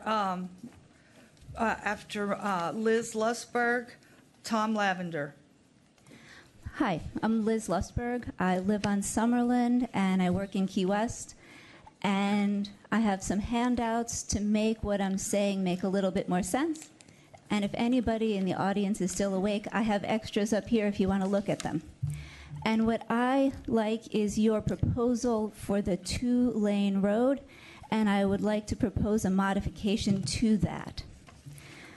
I like the one lane in, the center lane open, the next driving lane out, and then I would like to see a lane for parking of cars, followed by a buffer zone, followed by two biking lanes, and then the sidewalk, and then the ocean. What this would do is it would make left-hand turns from the landward side easier because there is only one lane of traffic to cross. There is a center lane to pull into when the traffic is busy, and there would be no bicycles to have to negotiate around because the bicycles would be all the way on the other side. This would also benefit cars because as bikes come around from Bertha Street right now to get to the other side between, if they were on the inward side to get back to the bike path, they would have to cross traffic, and they would also have to cross traffic to get back across on the Stock Island side. So this should help the flow of car traffic, and it should also make bicycling much easier and safer because the bicycles would be blocked from the driving traffic by the parked cars and the buffer. And that's it. Does anybody have questions for me? Thank you. All right, thank you. Tom Lavender, 3930 South Roosevelt. I drive South Roosevelt virtually every day, sometimes 2 or 3 times a day. And I think the 4-lane is the way that it has to be because of the traffic coming from the airport. The one problem we have, Commissioner Wardlow and I have talked about this several times. I live at Los Salinas, plus there's 5 other condo complexes out there. Getting off of Seaside Drive onto South Roosevelt, especially if you're trying to make a left-hand turn, is almost impossible because we don't have any kind of a traffic signal there. I hope possibly in the plan the FDOT would take that into consideration, but I think we should definitely leave it as a 4-lane highway. Thank you.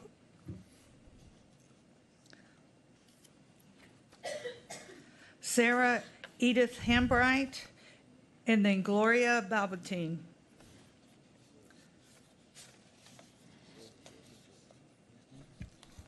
Sarah Youth Hambright, 1203 Whitehead Street. We really support having the 4-lane as it is. It needs drainage improvement. It has worked really well. I drive that a lot, working over there way at East Martello sometimes. I used to work at the sheriff's office going back and forth. It seems much safer to have the 4 lanes when it gets really busy, and it seems busy a lot there during the day and weekends and so on. You have folks parking. You have folks trying to get into parking, going to the beach. You have vendors.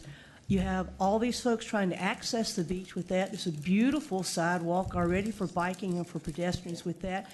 If we close it down, I don't see how emergency vehicles are going to be able to do that, to have things in the middle. It's harder to negotiate with that. It seems like it flows very nicely. It's nice to drive. It's nice to drive very slowly along there, maybe reducing the speed limit to 25 versus a 30 so that folks aren't speeding that are outer-towners along there.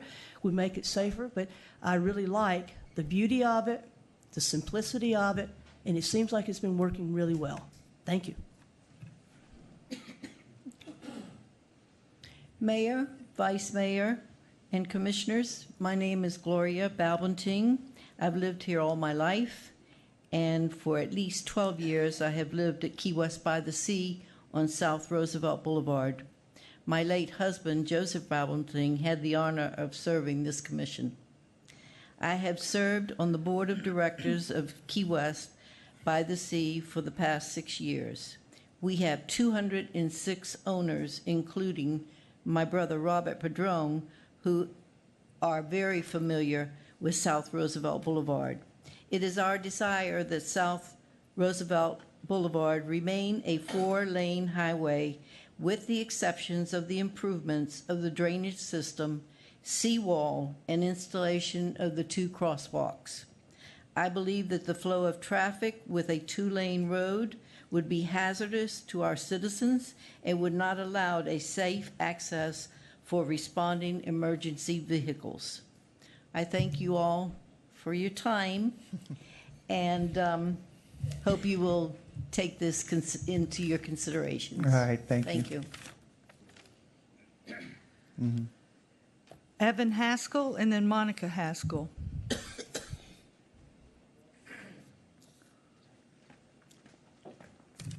Hi, Evan Haskell here, 3812 Flagler Avenue.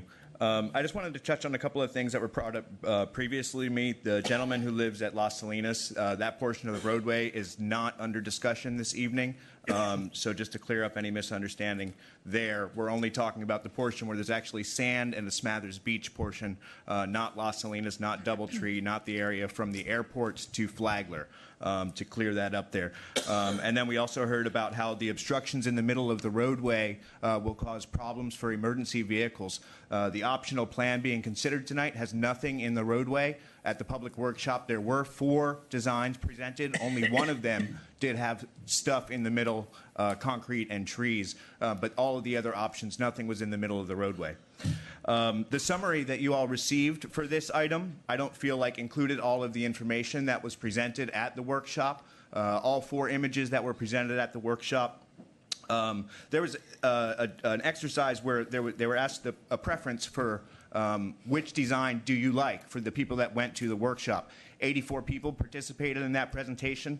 25 of those people wanted to see it remain the same. 59 people wanted to see it changed. That's 70% of the folks that turned out for the workshop wanted to see it changed. When we were talking about the amphitheater earlier, we were talking about 3,000 people being there and only 500 parking spaces. The idea that people are going to walk and bike there is baked in. It's time that we start designing our roadways to make for safer roads for the people who will be biking and who will be walking. A couple of big things you're going to hear everybody talk about tonight is going to be safety on this issue. We have the experts here to ask about that. I recommend to you that you ask them what would be a safer roadway design, one that included bike paths or one that did not include them. Ask them what would be a safer roadway design, what would have a turn lane or a roadway design that has no turn lane. I don't believe it's not my job to design a safer road. It's not your job to design a safer road, but you can ask the experts on what their opinions are in reference to that. Let's see, I've got 45 seconds. Can I finish up the rest of my points? The public workshop was on December 13th. I was very disappointed that I personally could not attend. I had a previously planned family vacation. Prior to that public workshop, though, there was an email within the city that stated, city management reluctantly agrees to move forward with the workshop with the caveat that lane reduction politically will not happen. Now, that was prior to the public workshop. And I organized a petition on this issue just recently since the Thursday release of the agenda. In that petition, I did link the draft summary, where on page 54 you would find the email that I'm referencing. And I'm just not sure that that's the intention of what a public workshop is for. I ask that you listen to the voice of the people and vote down the management recommendation to proceed with no change. Thank you. All right, thank you. Mr. Mayor, could we ask those questions of FDOT now, since he brought those up? Yeah, when everybody's finished speaking, Okay. and then we'll So ask some questions. Okay. Absolutely.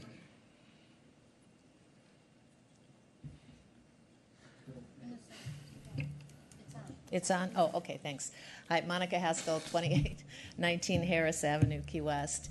And I'm urging you to vote no on the resolution that's before you, which is basically to leave the road as it is.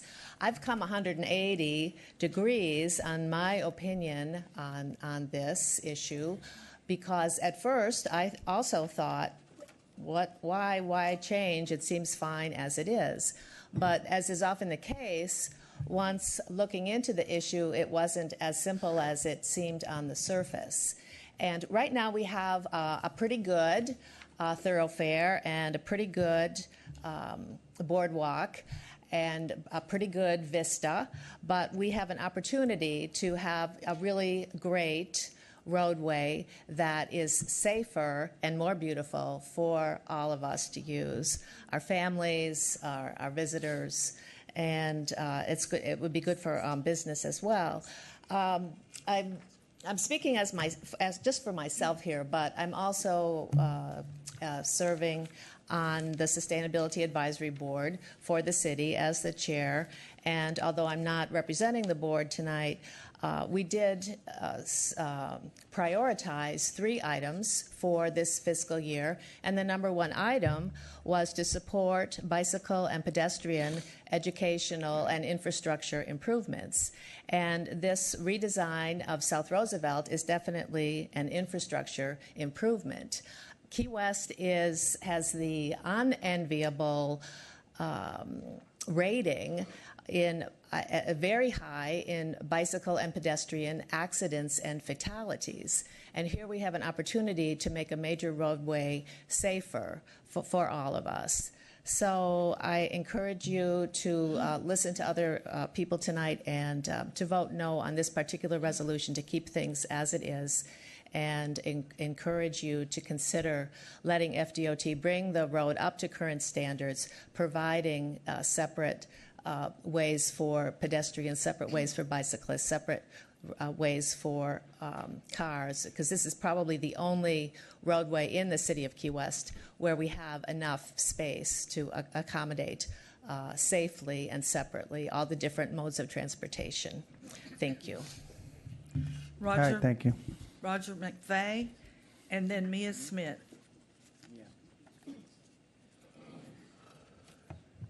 Is it on? Okay, thank you. Ooh, it's past my bedtime, too. Roger McVeigh, 627 Simonton Street. I respectfully request that you vote no on the resolution under item 23. I support a repurposing and restriping of South Roosevelt Road into 3 vehicle lanes, as everyone has described. This 3-lane travel option has numerous benefits and no drawbacks. The most important benefit is that it will provide a safer resource for our community. Why is it safer? It's safer because it will provide separation of bicycles from automobiles and bicycles from pedestrians, walkers, runners, beachgoers, wedding attendees. If you've ever traveled through that area, there's always people on the sidewalk in that area. It will also serve as a traffic calming feature, slowing automobile traffic. The many benefits include increased usage of bicycles by residents and tourists alike, resulting in less traffic and less need for parking. The best part? It's free. FDOT will foot the entire bill, adding crosswalks for pedestrian safety and repairing the drainage issues that have plagued that road for many years. It is also designed in a manner that we can reverse the change and go back to 4 lanes at a minimal cost in the unlikely event that we are not satisfied with a 3-lane safer travel option. The engineering department has laid out goals and objectives which acknowledge that are best met by selecting this 3-lane option. They also point out that this option better supports the city's strategic plan. The public has weighed in as well, as people already mentioned, with over 80 people, excluding those that submitted emails and questionnaires, attending the public workshop on December 13th, and overwhelmingly supporting this plan with over 70% affirmative vote. Another 118 have signed a petition supporting the change. You can ask your planning department. The planning department today includes substantial experience and expertise with these type of transportation changes. They can confirm that these type of road changes are being implemented all over our state and country as we speak, resulting in safer, healthier, and happier communities. There are practically no drawbacks, but ones that I have heard voiced tonight as well include concerns about negative effects on traffic and increased response times for emergency responders, fire, police, etc. The analysis, let me quote from the FDOT consultants. The analysis indicated that similar operating conditions, levels of service will be maintained. There's not enough traffic on that 4-lane road. 2 lanes of traffic is not going to cause any traffic. Ask your FDOT experts. Regarding emergency access, FDOT and the consultants concluded that the repurposed roadway is proposing to provide a minimum of 20 feet of pavement in both directions that can accommodate 2 lanes of traffic in an emergency. There's still the same roadway. We're not changing the size of the roadway. In other words, the change does not create any unnecessary risk of access by emergency responders. The time to act is now. It's time we walk the talk about a safer community for all modes of transportation. All right, Roger. Thank you. Thank you. Mark Songer, and then Clinton Curry.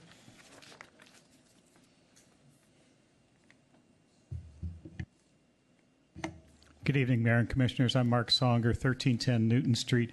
This time I'm speaking on my own behalf. I would urge you to turn this motion down, that the 2 lanes alternative where we incorporate bicycle lanes is going to be a safer way for our community to travel on this section of the parkway. I want you to remember that this project is from Bertha Street to the end of the sand at Smathers Beach. This is a park, and to have safe transport for bicycles in that park is the way that I think you should be directing the city's efforts. Take us into the future and accommodate the bicycle transportation. If you look at what happens on the sidewalk with the vendors that are there, especially this time of year, and the people that are using the sidewalk, it is incompatible with the way those pedestrians use the sidewalk and having bicycles trying to go back and forth in each direction while all those people are on the sidewalk. It's a nice wide sidewalk, but people wander, and it's not safe for either the bicyclist or for the pedestrians when you get that kind of a situation. Having something on the road is going to be a much better solution for that. I urge you to turn down this resolution and move forward with the 2-lane option that has bicycle lanes. Thank you.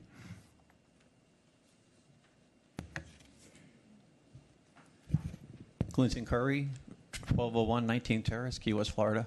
Mayor Cates, Mayor Cates and the commissioners, thank you for extending the meeting. But I would just like to ask you to vote no on this resolution. And part of the reason is for growth. It's a smart growth America, and it's something that you'll hear from the FDOT representatives later when they get a chance to explain complete streets implementation plan. It's really pretty interesting. I just actually found out about it tonight myself.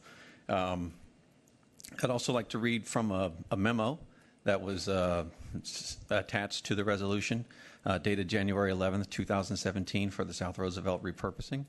The purpose and justification, under the purpose and justification, the resolution will determine whether the current roadway design along this section of South Roosevelt Boulevard will be maintained, i.e. no change, or the option roadway design, including 2 travel lanes and dedicated bike lanes, to be adopted. implementing the option roadway design for improving South Roosevelt Boulevard will better support a transportation system which is aesthetically attractive, functional, efficient, safe, and environmentally sensitive as part of the strategic plan infrastructure goals. Of course, as we've already heard, the financial burden is on FDOT, and one piece regarding safety. One of the main goals and objectives is safer pedestrian and transportation interaction, creation of space for dedicated bicycle facilities, creation of space for sidewalk improvements, addition of landscaping buffers or landscape medians, creation of space for on-street parking, and a review of the transit facilities. You all know that I'm an avid cyclist. I participate in every event that pretty much every event that we have on the city, from the Wounded Warriors to the Holiday Lighted Bike Ride to the Zombie Ride. Ride with my family. As a matter of fact, we just went out on the boulevard to ride on Sunday.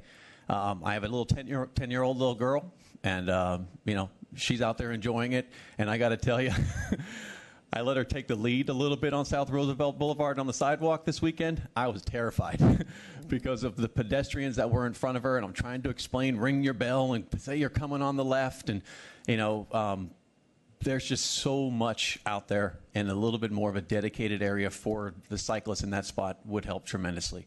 Thank you very much for your time. I'm looking forward to the discussion. Thank you. All right, thank you. William Griggs, and then Carl Mott.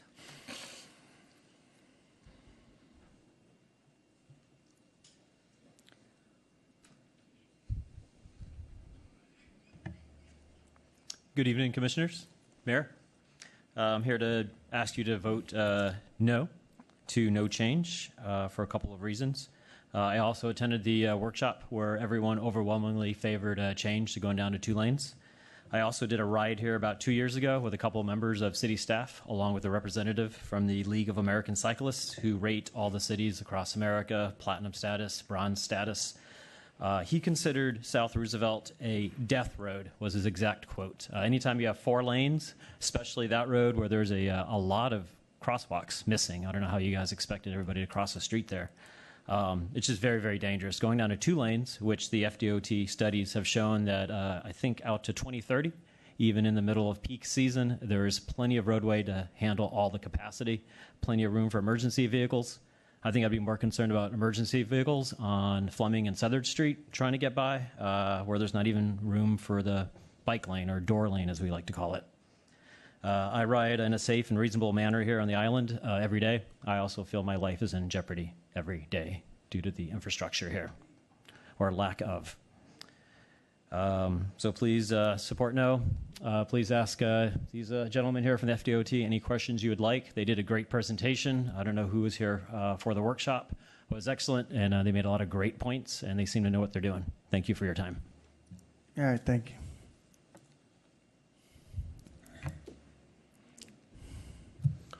All right, Carl Mott, 1608 Von Pfister. As most of you know, I'm a cab driver, 15 years experience.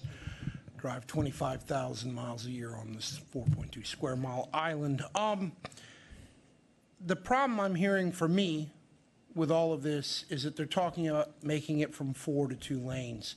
And somehow that won't affect traffic on a major thoroughfare, of which we have 3 that run the length of the island, and this one goes to the airport to Old Town, basically. I empathize with the problem with safety. I also understand that this is mostly recreation, not really transportation for bicyclists. I ride my bike anytime that I'm in Old Town. I recommend anyone to ride on the small side streets and not down White Street and United, whatever. But the only thing that I can see here that I would think in consideration is not changing it from 4 to 2, but maybe utilizing part of that very large sidewalk that I think we all believed was supposed to be for the use of bicyclists in tandem with pedestrians, and then you would stop this, oh, well, they're wandering in front of bicycles, etc.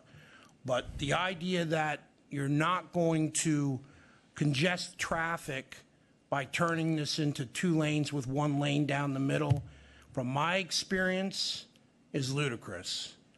because many people are basically looking around at, oh, isn't it pretty? Can we see Cuba? You know, and where's that parking space? Oops. And it's going to make it very difficult for those people who are actually trying to traverse the island with this federally and state-funded thoroughfare. All right, thank you very much. That's all, Mr. Mayor. Okay. Any questions of the FDOT? Yes, Mr. Mayor. Yeah, thank you. Could you come up to the middle? Oh. It'd be a little better. I appreciate that. Thank you. Thanks. Good evening, Mr. Mayor and the City Commission of Key West, and thank you for allowing the department to be here tonight and to discuss this important project that the city's been considering. So, the city contacted the department back in July, asked us, the department, to, after we had done an extensive project development environmental study maybe 15 years ago, to relook at another alternative with, as one of the gentlemen referred to, as our complete streets adoption of a policy. The department is moving in the future to change its design manuals to be able to do more context-sensitive designs. So with that, so this was an opportunity to look and see if there was a strong support to change from the current design that had, to be sure, it had extensive public involvement before, that had looked at having a two-lane facility that was with an alignment shift, that had looking at roundabouts. But to answer the questions about the safety, having marked bike lanes does provide the lateral guidance for the vehicles, people in the motorized vehicles, and for the bicyclists, so they know where they need to be. Having the two-lane facility shortens the distance that pedestrians would have to cross. So it's my understanding that if we go to a two-lane facility, we would not have to only have to have a marked crosswalk, but we would not have to go use the rectangular rapid flashing beacons where it's the actuated yellow flashing amber light that would be pedestrian activated, not like what's on North Roosevelt that's going to be changed. And then you would have, with the option that received with the painted median, you would have left turn lanes, so people would not have to be stopping in the middle of a travel lane to be able to pull in and then wait for a gap to make their left turn. Mr. Mayor. Commissioner Kaufman. So you're basically saying to have two lanes with a dedicated bike lane is safer than a 4-lane with the sharrows? I'm saying that it's safer, that it provides the lateral guidance. If people don't operate vehicles safely, that's yes. what I heard you say. Yes, it is. Okay. It is safer. Yes. And then another question was, is it safer to have the dedicated turning lane? Yes. Okay. So, okay. And you're saying that the crosswalks will have a push button as it's designed activated now with the 4-lane facility at the 3 locations. The plans are to install the amber flashing lights that would be activated once the pedestrian wants to cross, not the continuous flashing one that everyone finds dissatisfactory on North Roosevelt. Okay, and if it but went with to the two-lane facility, it's my understanding we would not have to put those in. Because it's a shorter distance, you said? Yes, yes. Okay.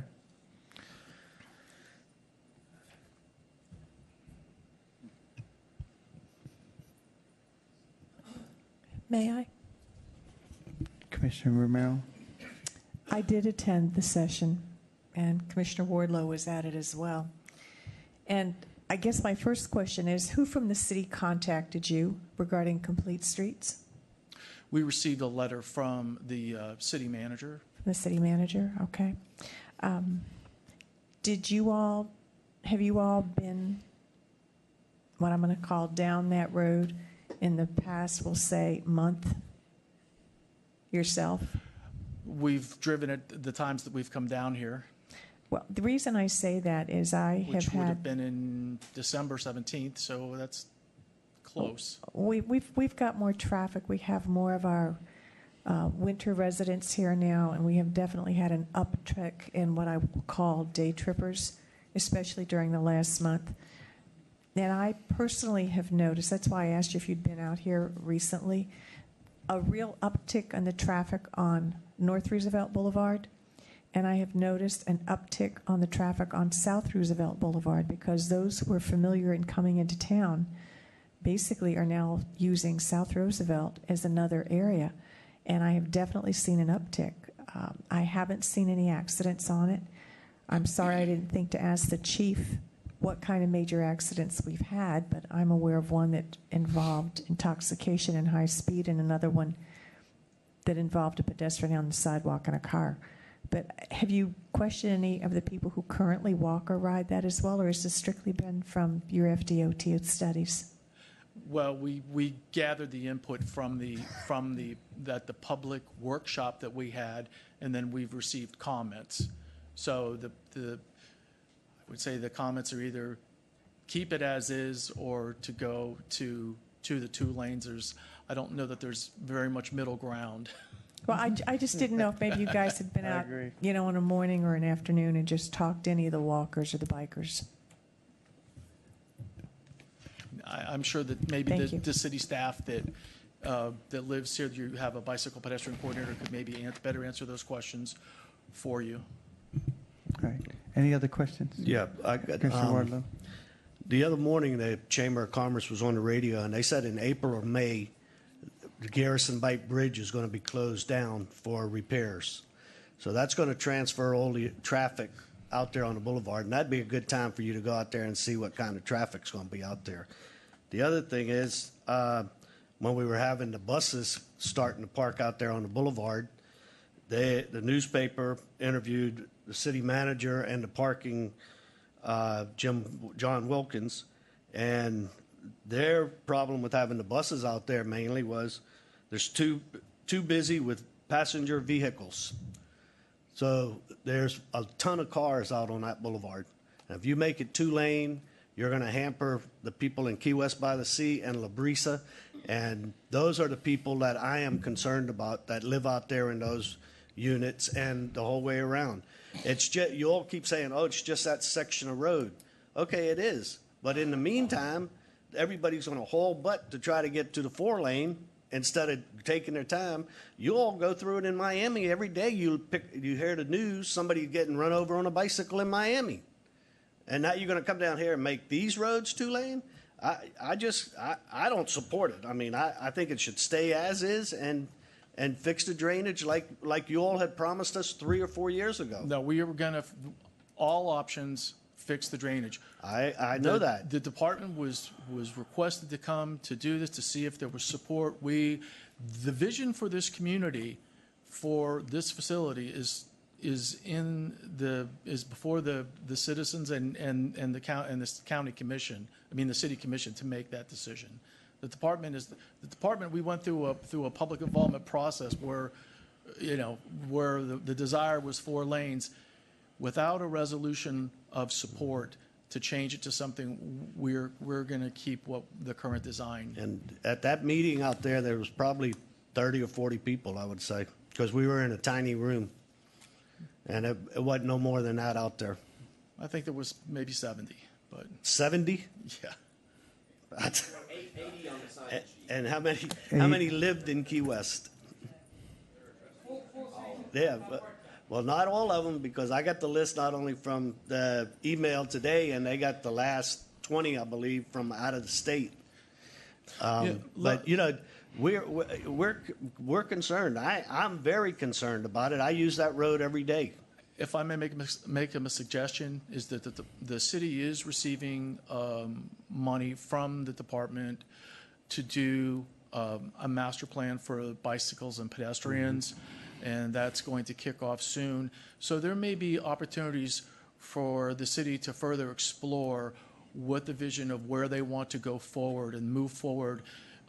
These type of projects to do this require a political champion. I was able to successfully do one in Miami-Dade County, but we had a political champion. We had with the chair of the Metropolitan Planning Organization. It was their vision that they wanted this facility to be reflective of their vision, with landscaping, with medians, with things that they wanted. So I would as with these facilities that you need that. That's helpful because it just makes everyone's job a little easier. Yeah, the Sharrows I don't have a problem with. I mean, they could be in the street. It's everybody's got to respect each other, the bicycles and the cars and the motorcycles. I mean, everywhere you look, have a big promenade. You see signs, look twice for motorcycles. You live in Miami, you go down at I-95 in the Turnpike, and what do? In between you. So, I mean, you can't look twice for motorcycles when they're doing that. And you got blind spots on cars and on bicycles. I ride my bike, and you got blind spots when you're riding your bicycle also. So, I mean, it's a dangerous world out there for everybody. Pedestrians, automobiles, bikes, motorcycles, everyone. And commissioners. Yes. Yes. Any other questions? Question, Mr. Payne? It looks like what we're trying to do is, with the 2-lane, is to accommodate the bicyclists.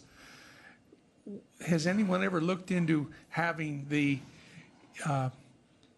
west side of the road on the bridle path made into a bicycle path over there? When we did the PD&E, the bridle path was sacred. That they did not want any changes to that. Mm-hmm. None of these plans say Well, it just seems like if we were over on that side with the bicyclists, then we leave everything the same except we have bicyclists on the other side. And I think that may be an option that, as part of the Key West bicycle master plan, that could be further explored. The support for that. I think your idea of us waiting till the master plan for the bikes to come back before we say yes or no would be a good option. I agree. Yeah, because let's face it, the reality is that we need to improve the bike paths that make it safer. And there's a lot of people here speaking on both sides that I respect their opinions, but we got to make a decision by what's best for the whole community, and we don't have enough information here myself to make that decision. It's not. I mean, I appreciate you all coming down and helping us work this out. Obviously, you see there's a lot of, different views on this. A lot of people still here this late, so they're concerned about on both sides. So I'd just like to see a little more, see that study be finished and to make an informed decision. Any other questions, Commissioner Lopez? Yeah, I like Commissioner Payne's suggestion of using the bridle path, because the plans that I've seen before us here, none of them actually save the bridle path. None of them actually save the bridle path. So, I do not believe the bridle path is our property. I'm sorry? I do not believe the bridle path is DOT property. Well, it's not their property, so they can't do anything with it. Right. Well, they're going to be doing what? The right of ways and all that stuff.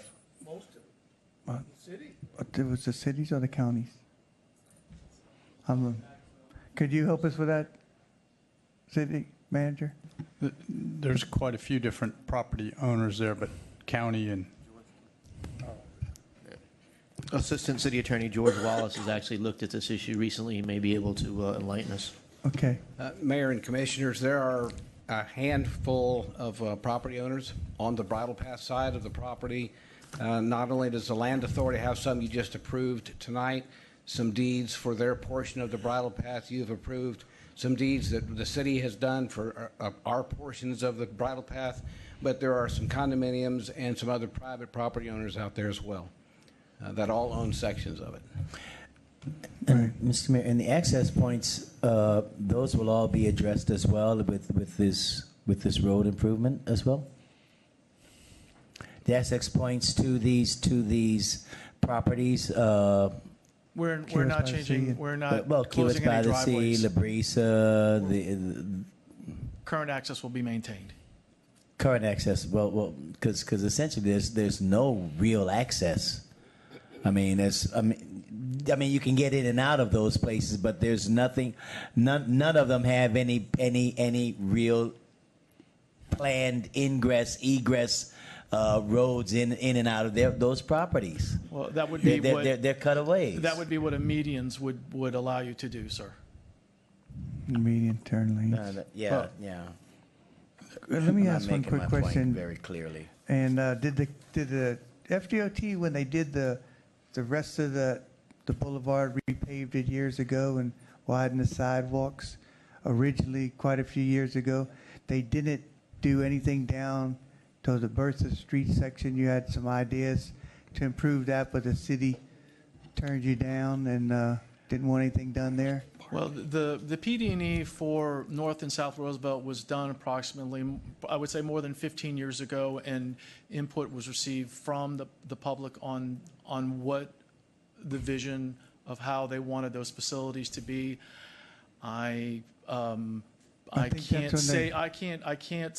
tell you specifically why this section has been delayed. It may be because of the drainage issues or some other reason. It does seem like it's taken a rather long time to implement. I'll ask the old man on the board here. Jimmy, do you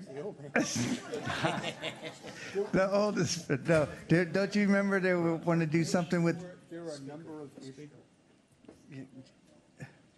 There were a number of issues at that time.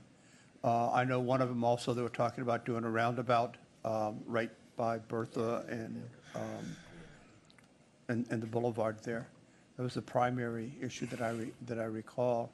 And then there was also some discussion about part of the bridle path as well. So I mean, it sounds like a lot of the issues that were talked about then may be coming back back around. I've been down this. Well, I wasn't on the board, but I do have a question, Mr. Mayor, if I may, and that is that in this, whichever design is chosen, are you looking at raising the road? They're going to. I'm not sure if they're going to be raising the road, but they're going to put in drainage. They're going to put in to fix the drainage. So it's a reconstruction project. My concern is it's right on the water. I don't know how global warming is going to. I would have to get back to you with that exact answer. I don't want to say they may raise it some, but it's going to have to be harmonized with the existing section that's beyond the beach that's already been reconstructed. So we can get those details, though, to you. I know the county's working with FDOT on raising a number of roads around the county, and thinking that if there's an issue that maybe I don't have the answer to that. I would have to check. I would have to check back with you. All right, thank you. Mr. Mayor, to get back to where Commissioner Weekly was, I was at those meetings because I was deputy chief at the time, and yes, they talked about the roundabouts, and they were taken out because of emergency vehicles, slowing the time down. And also, one of the reasons it was stopped out there because they were going to put in new sewer lines and drainage, and that was the reason that they stopped where they did and never completed the road back there at that time. Okay. Well, I can tell you, that our plan is that we still have to some of the right-of-way donations from the state and local agencies. That process should be completed by December of 2017, and so we can redesign within this time period comfortably if that is the will of the commission.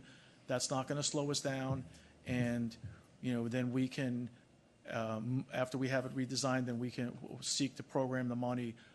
I would hope in sometime in our fiscal year, which would be starting in July of 2018. So we could, and start construction. This would be the goal. Okay. Thank you. Are there any other questions? All right. Thank you very much. Thank you very much.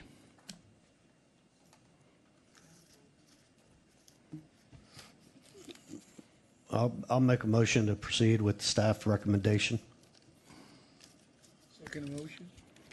Motion to approve by Commissioner Wardlow, second by Commissioner Payne. In discussion? Yes, Mr. Mayor. Commissioner Kaufman?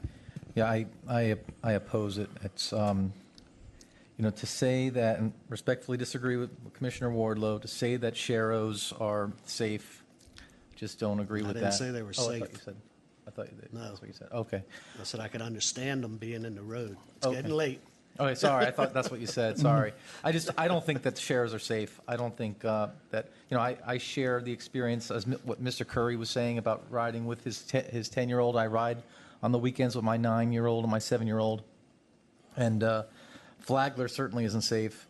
And North Roosevelt certainly has its challenges. And South Roosevelt could be improved. And if we're trying to improve safety and the FDOT representative is saying that the 2-lane proposal is more safe, and if he's saying that the median in the turning lane is more safe, then why would we not go in that direction? I understand the concerns about congestion. I understand the concerns about that you're raising, but safety should be number one. And I think that we're trying to move the city in a direction of being more bicycle friendly, and I don't think we're accomplishing that. Maybe there's another idea. I don't know. I also have a concern about the crosswalks. We certainly don't want to have the same problem with the crosswalks that we have in North Roosevelt. I'm happy to hear from the FDOT representative that there will be push button activation, so that could be an improvement. But we want to make sure that the crosswalks are safe as well. So I don't support the resolution. You also got to think of the safety of the people in La Brisa and the Sheraton and Key West by the Sea.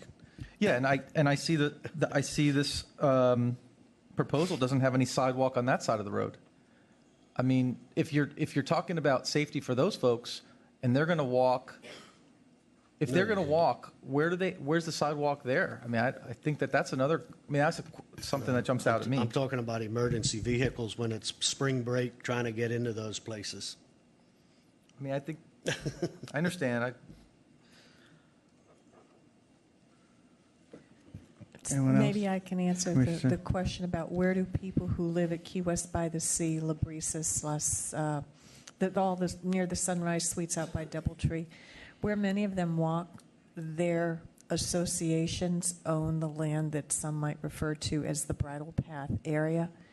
And since I know folks in all of those developments, they basically walk kind of in their own parking area spaces, and then they walk across the street to go walk on the sidewalk. I've talked with my friends who do walk, most of them every day, and believe it or not, I went out there myself and talked to a couple of people who were walking and such and asked if there was a problem. And the response I got back were just a couple that said, well, we don't like the bikes on the sidewalk. But for the most part, they said bicycle people that are typically out there ring the bell or say coming on the left, coming on the right, and the walkers move to the side. And the walkers and bikers again, it was a huge sample survey, but it was a point in time, they were okay with how it was. Now, the ones who preferred to have something on their own was what I call the true cyclist, who really go really, really fast and are trying to go somewhere. But I think for the most people who are out there, they're just kind of enjoying the view and going along with it. So with that, I'll be quiet.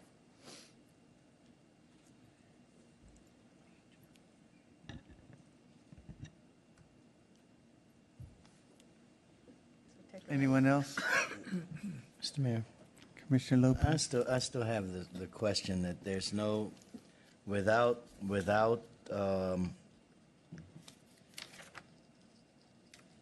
reducing this down to the 2-lane concept that we're seeing here, there's no possible way for us to be able to create a bicycle lane as well? I mean, that's it's a wide sidewalk. And again, I refer to the bridle path. There's one of these conceptual drawings here shows a bike lane that could go even on the inside of the of where the concessions vehicles are and everything. And I see that and I still see that there's enough space to be able to do that and still keep all the lanes. And again, I'm not an engineer by any means. Mr. Mayor, just the way it's designed now, though, either one of these designs fit on the pavement, and there's not medians or anything. It was just paint. And I know it was mentioned earlier about, you know, the bicycle master plan and everything. There might be something that comes out and it gets adjusted later with painting it in a way that would create a bike lane. But I think physically your road width and everything else is the same, and we would just recreate or repurpose the surface with paint. Well, that's kind of what I'm saying, Jim. I think, though, but that's something that we would have to know going in. You know, we'd have to know what those options are going in. Well, no, because it doesn't change the actual road surface. It just changes what you paint on the surface to create. Yeah, but again, the resolution before us is to maintain a current design. Correct. Okay? So Correct. if we do that, you're saying that, okay, if this passes, we'd still be able to follow up later on and just do the road painting. Is that what you're saying? Yes, you could.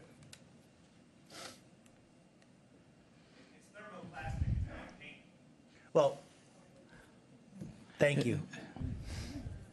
I'm just trying to get some clarity here. Thank you.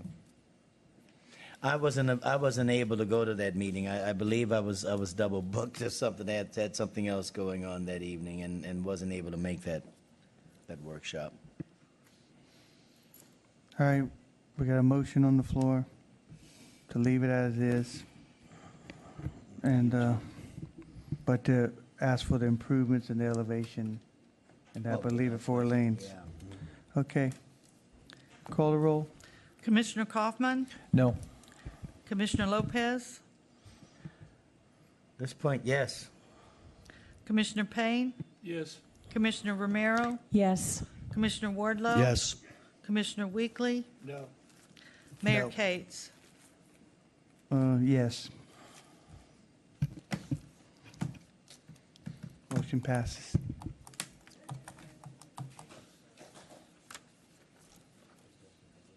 All right. We got time? I ain't got time. What's the plan tomorrow? Yep. We can't go any further because we can't go. We got to stop at 12. You got 8 minutes. Hmm? As long as an item does not start after midnight.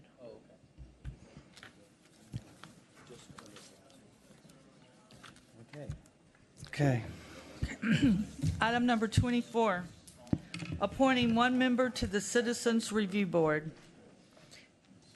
Good evening, Mr. Mayor, Commissioners. Larry Beaver, Executive Director for the Citizen Review Board. I do have all 3 applicants still here tonight, and they would like to be heard, and we'd like for you to select one for us tonight for the Citizen Review Board. I'd like to call them up in alphabetical order and have you listen to them for just a moment, if you don't mind, sir. Okay. Yeah. Mr. Timothy Crow. Thank you, Larry. Good evening, Mayor, Commissioners. Thank you for your time. I'll try to be 2 minutes or less. I know it's getting very late.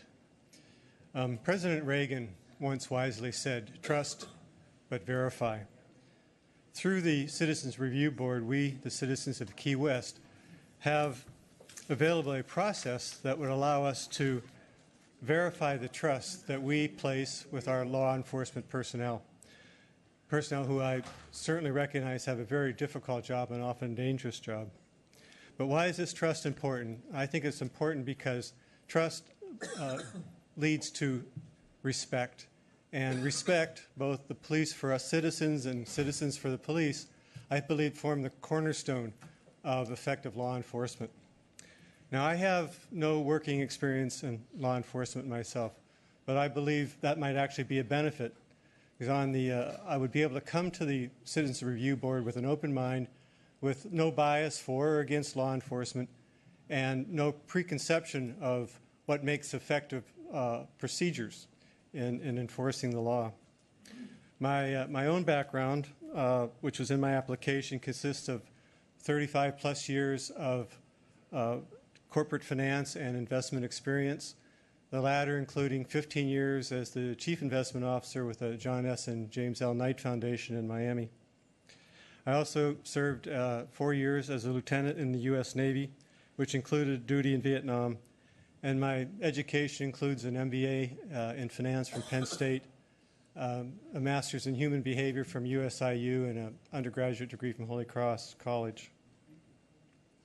Hopefully my background will demonstrate a few of the traits that I think might be important to the Citizens Review Board, such as integrity, maturity, inquisitiveness, analytical skills, leadership, moral courage, and hopefully a good dose of common sense.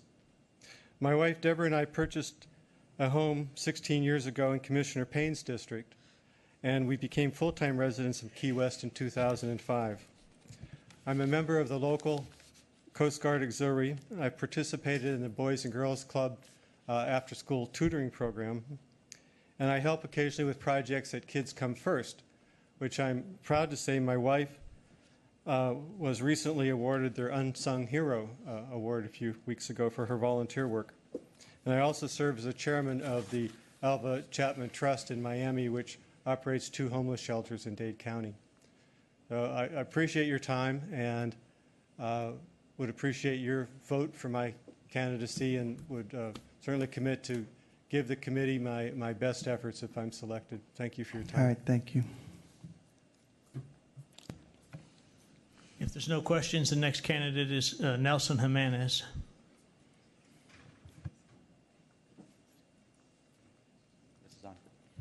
Good evening, Mayor, Commissioners, and City staff. My name is Nelson Jimenez. First, I'd like to thank you for this opportunity, and also like to congratulate you on this beautiful building we have here at City Hall. The reason I'm here this evening is I'd like to fulfill my civic duty to this wonderful city of Key West, and by serving on the board, the Citizens Review Board. I have a history of working on community boards in the city of Fort Lauderdale. I was the General Employee Pension Fund, on the Board of Trustees there. So I do understand the importance of community being involved in our city. I do believe that we have a wonderful relationship between the community and our police department, and I'd like to do my part to keep it that way. Thank you. All right, thank you. And the last applicant's Richard Wagner.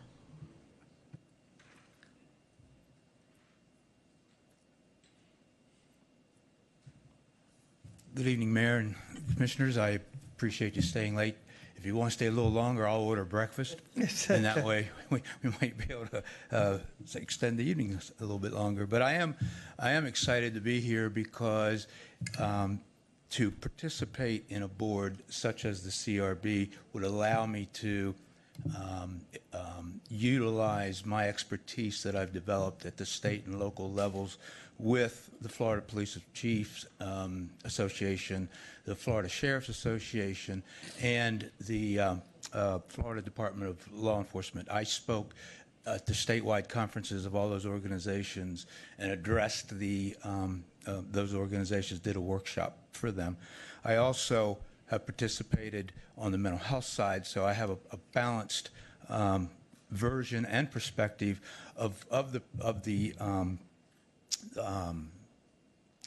I guess it would be the tensions that take place there. I was also the president of a statewide mental health association. I was also the president of the Greater Tampa Bay Mental Health Association, and I still train officers in the CIT program, which is a 40-hour training for crisis intervention team that helps law enforcement understand how to handle mentally ill patients and people on substance abuse so that they don't use excessive force, and we can save some lives that way as well.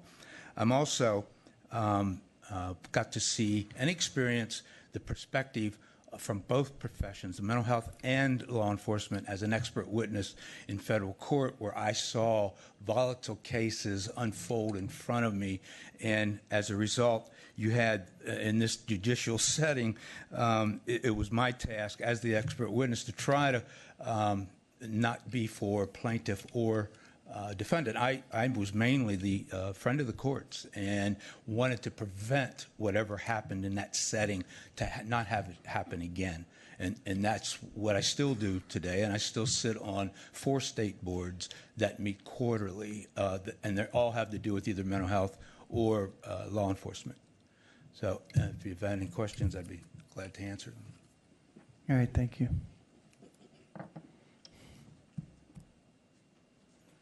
Can I ask Larry a question? Absolutely.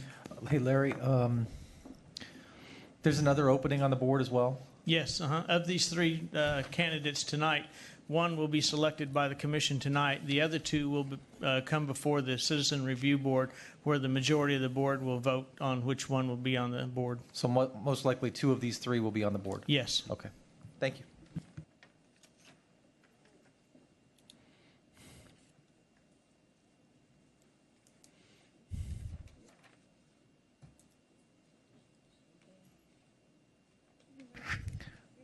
Sherry, you want us to write it in or just circle one? Just circle. Thanks. Circle. Whatever. Can you sign Commissioner Payne's name? It don't matter this time.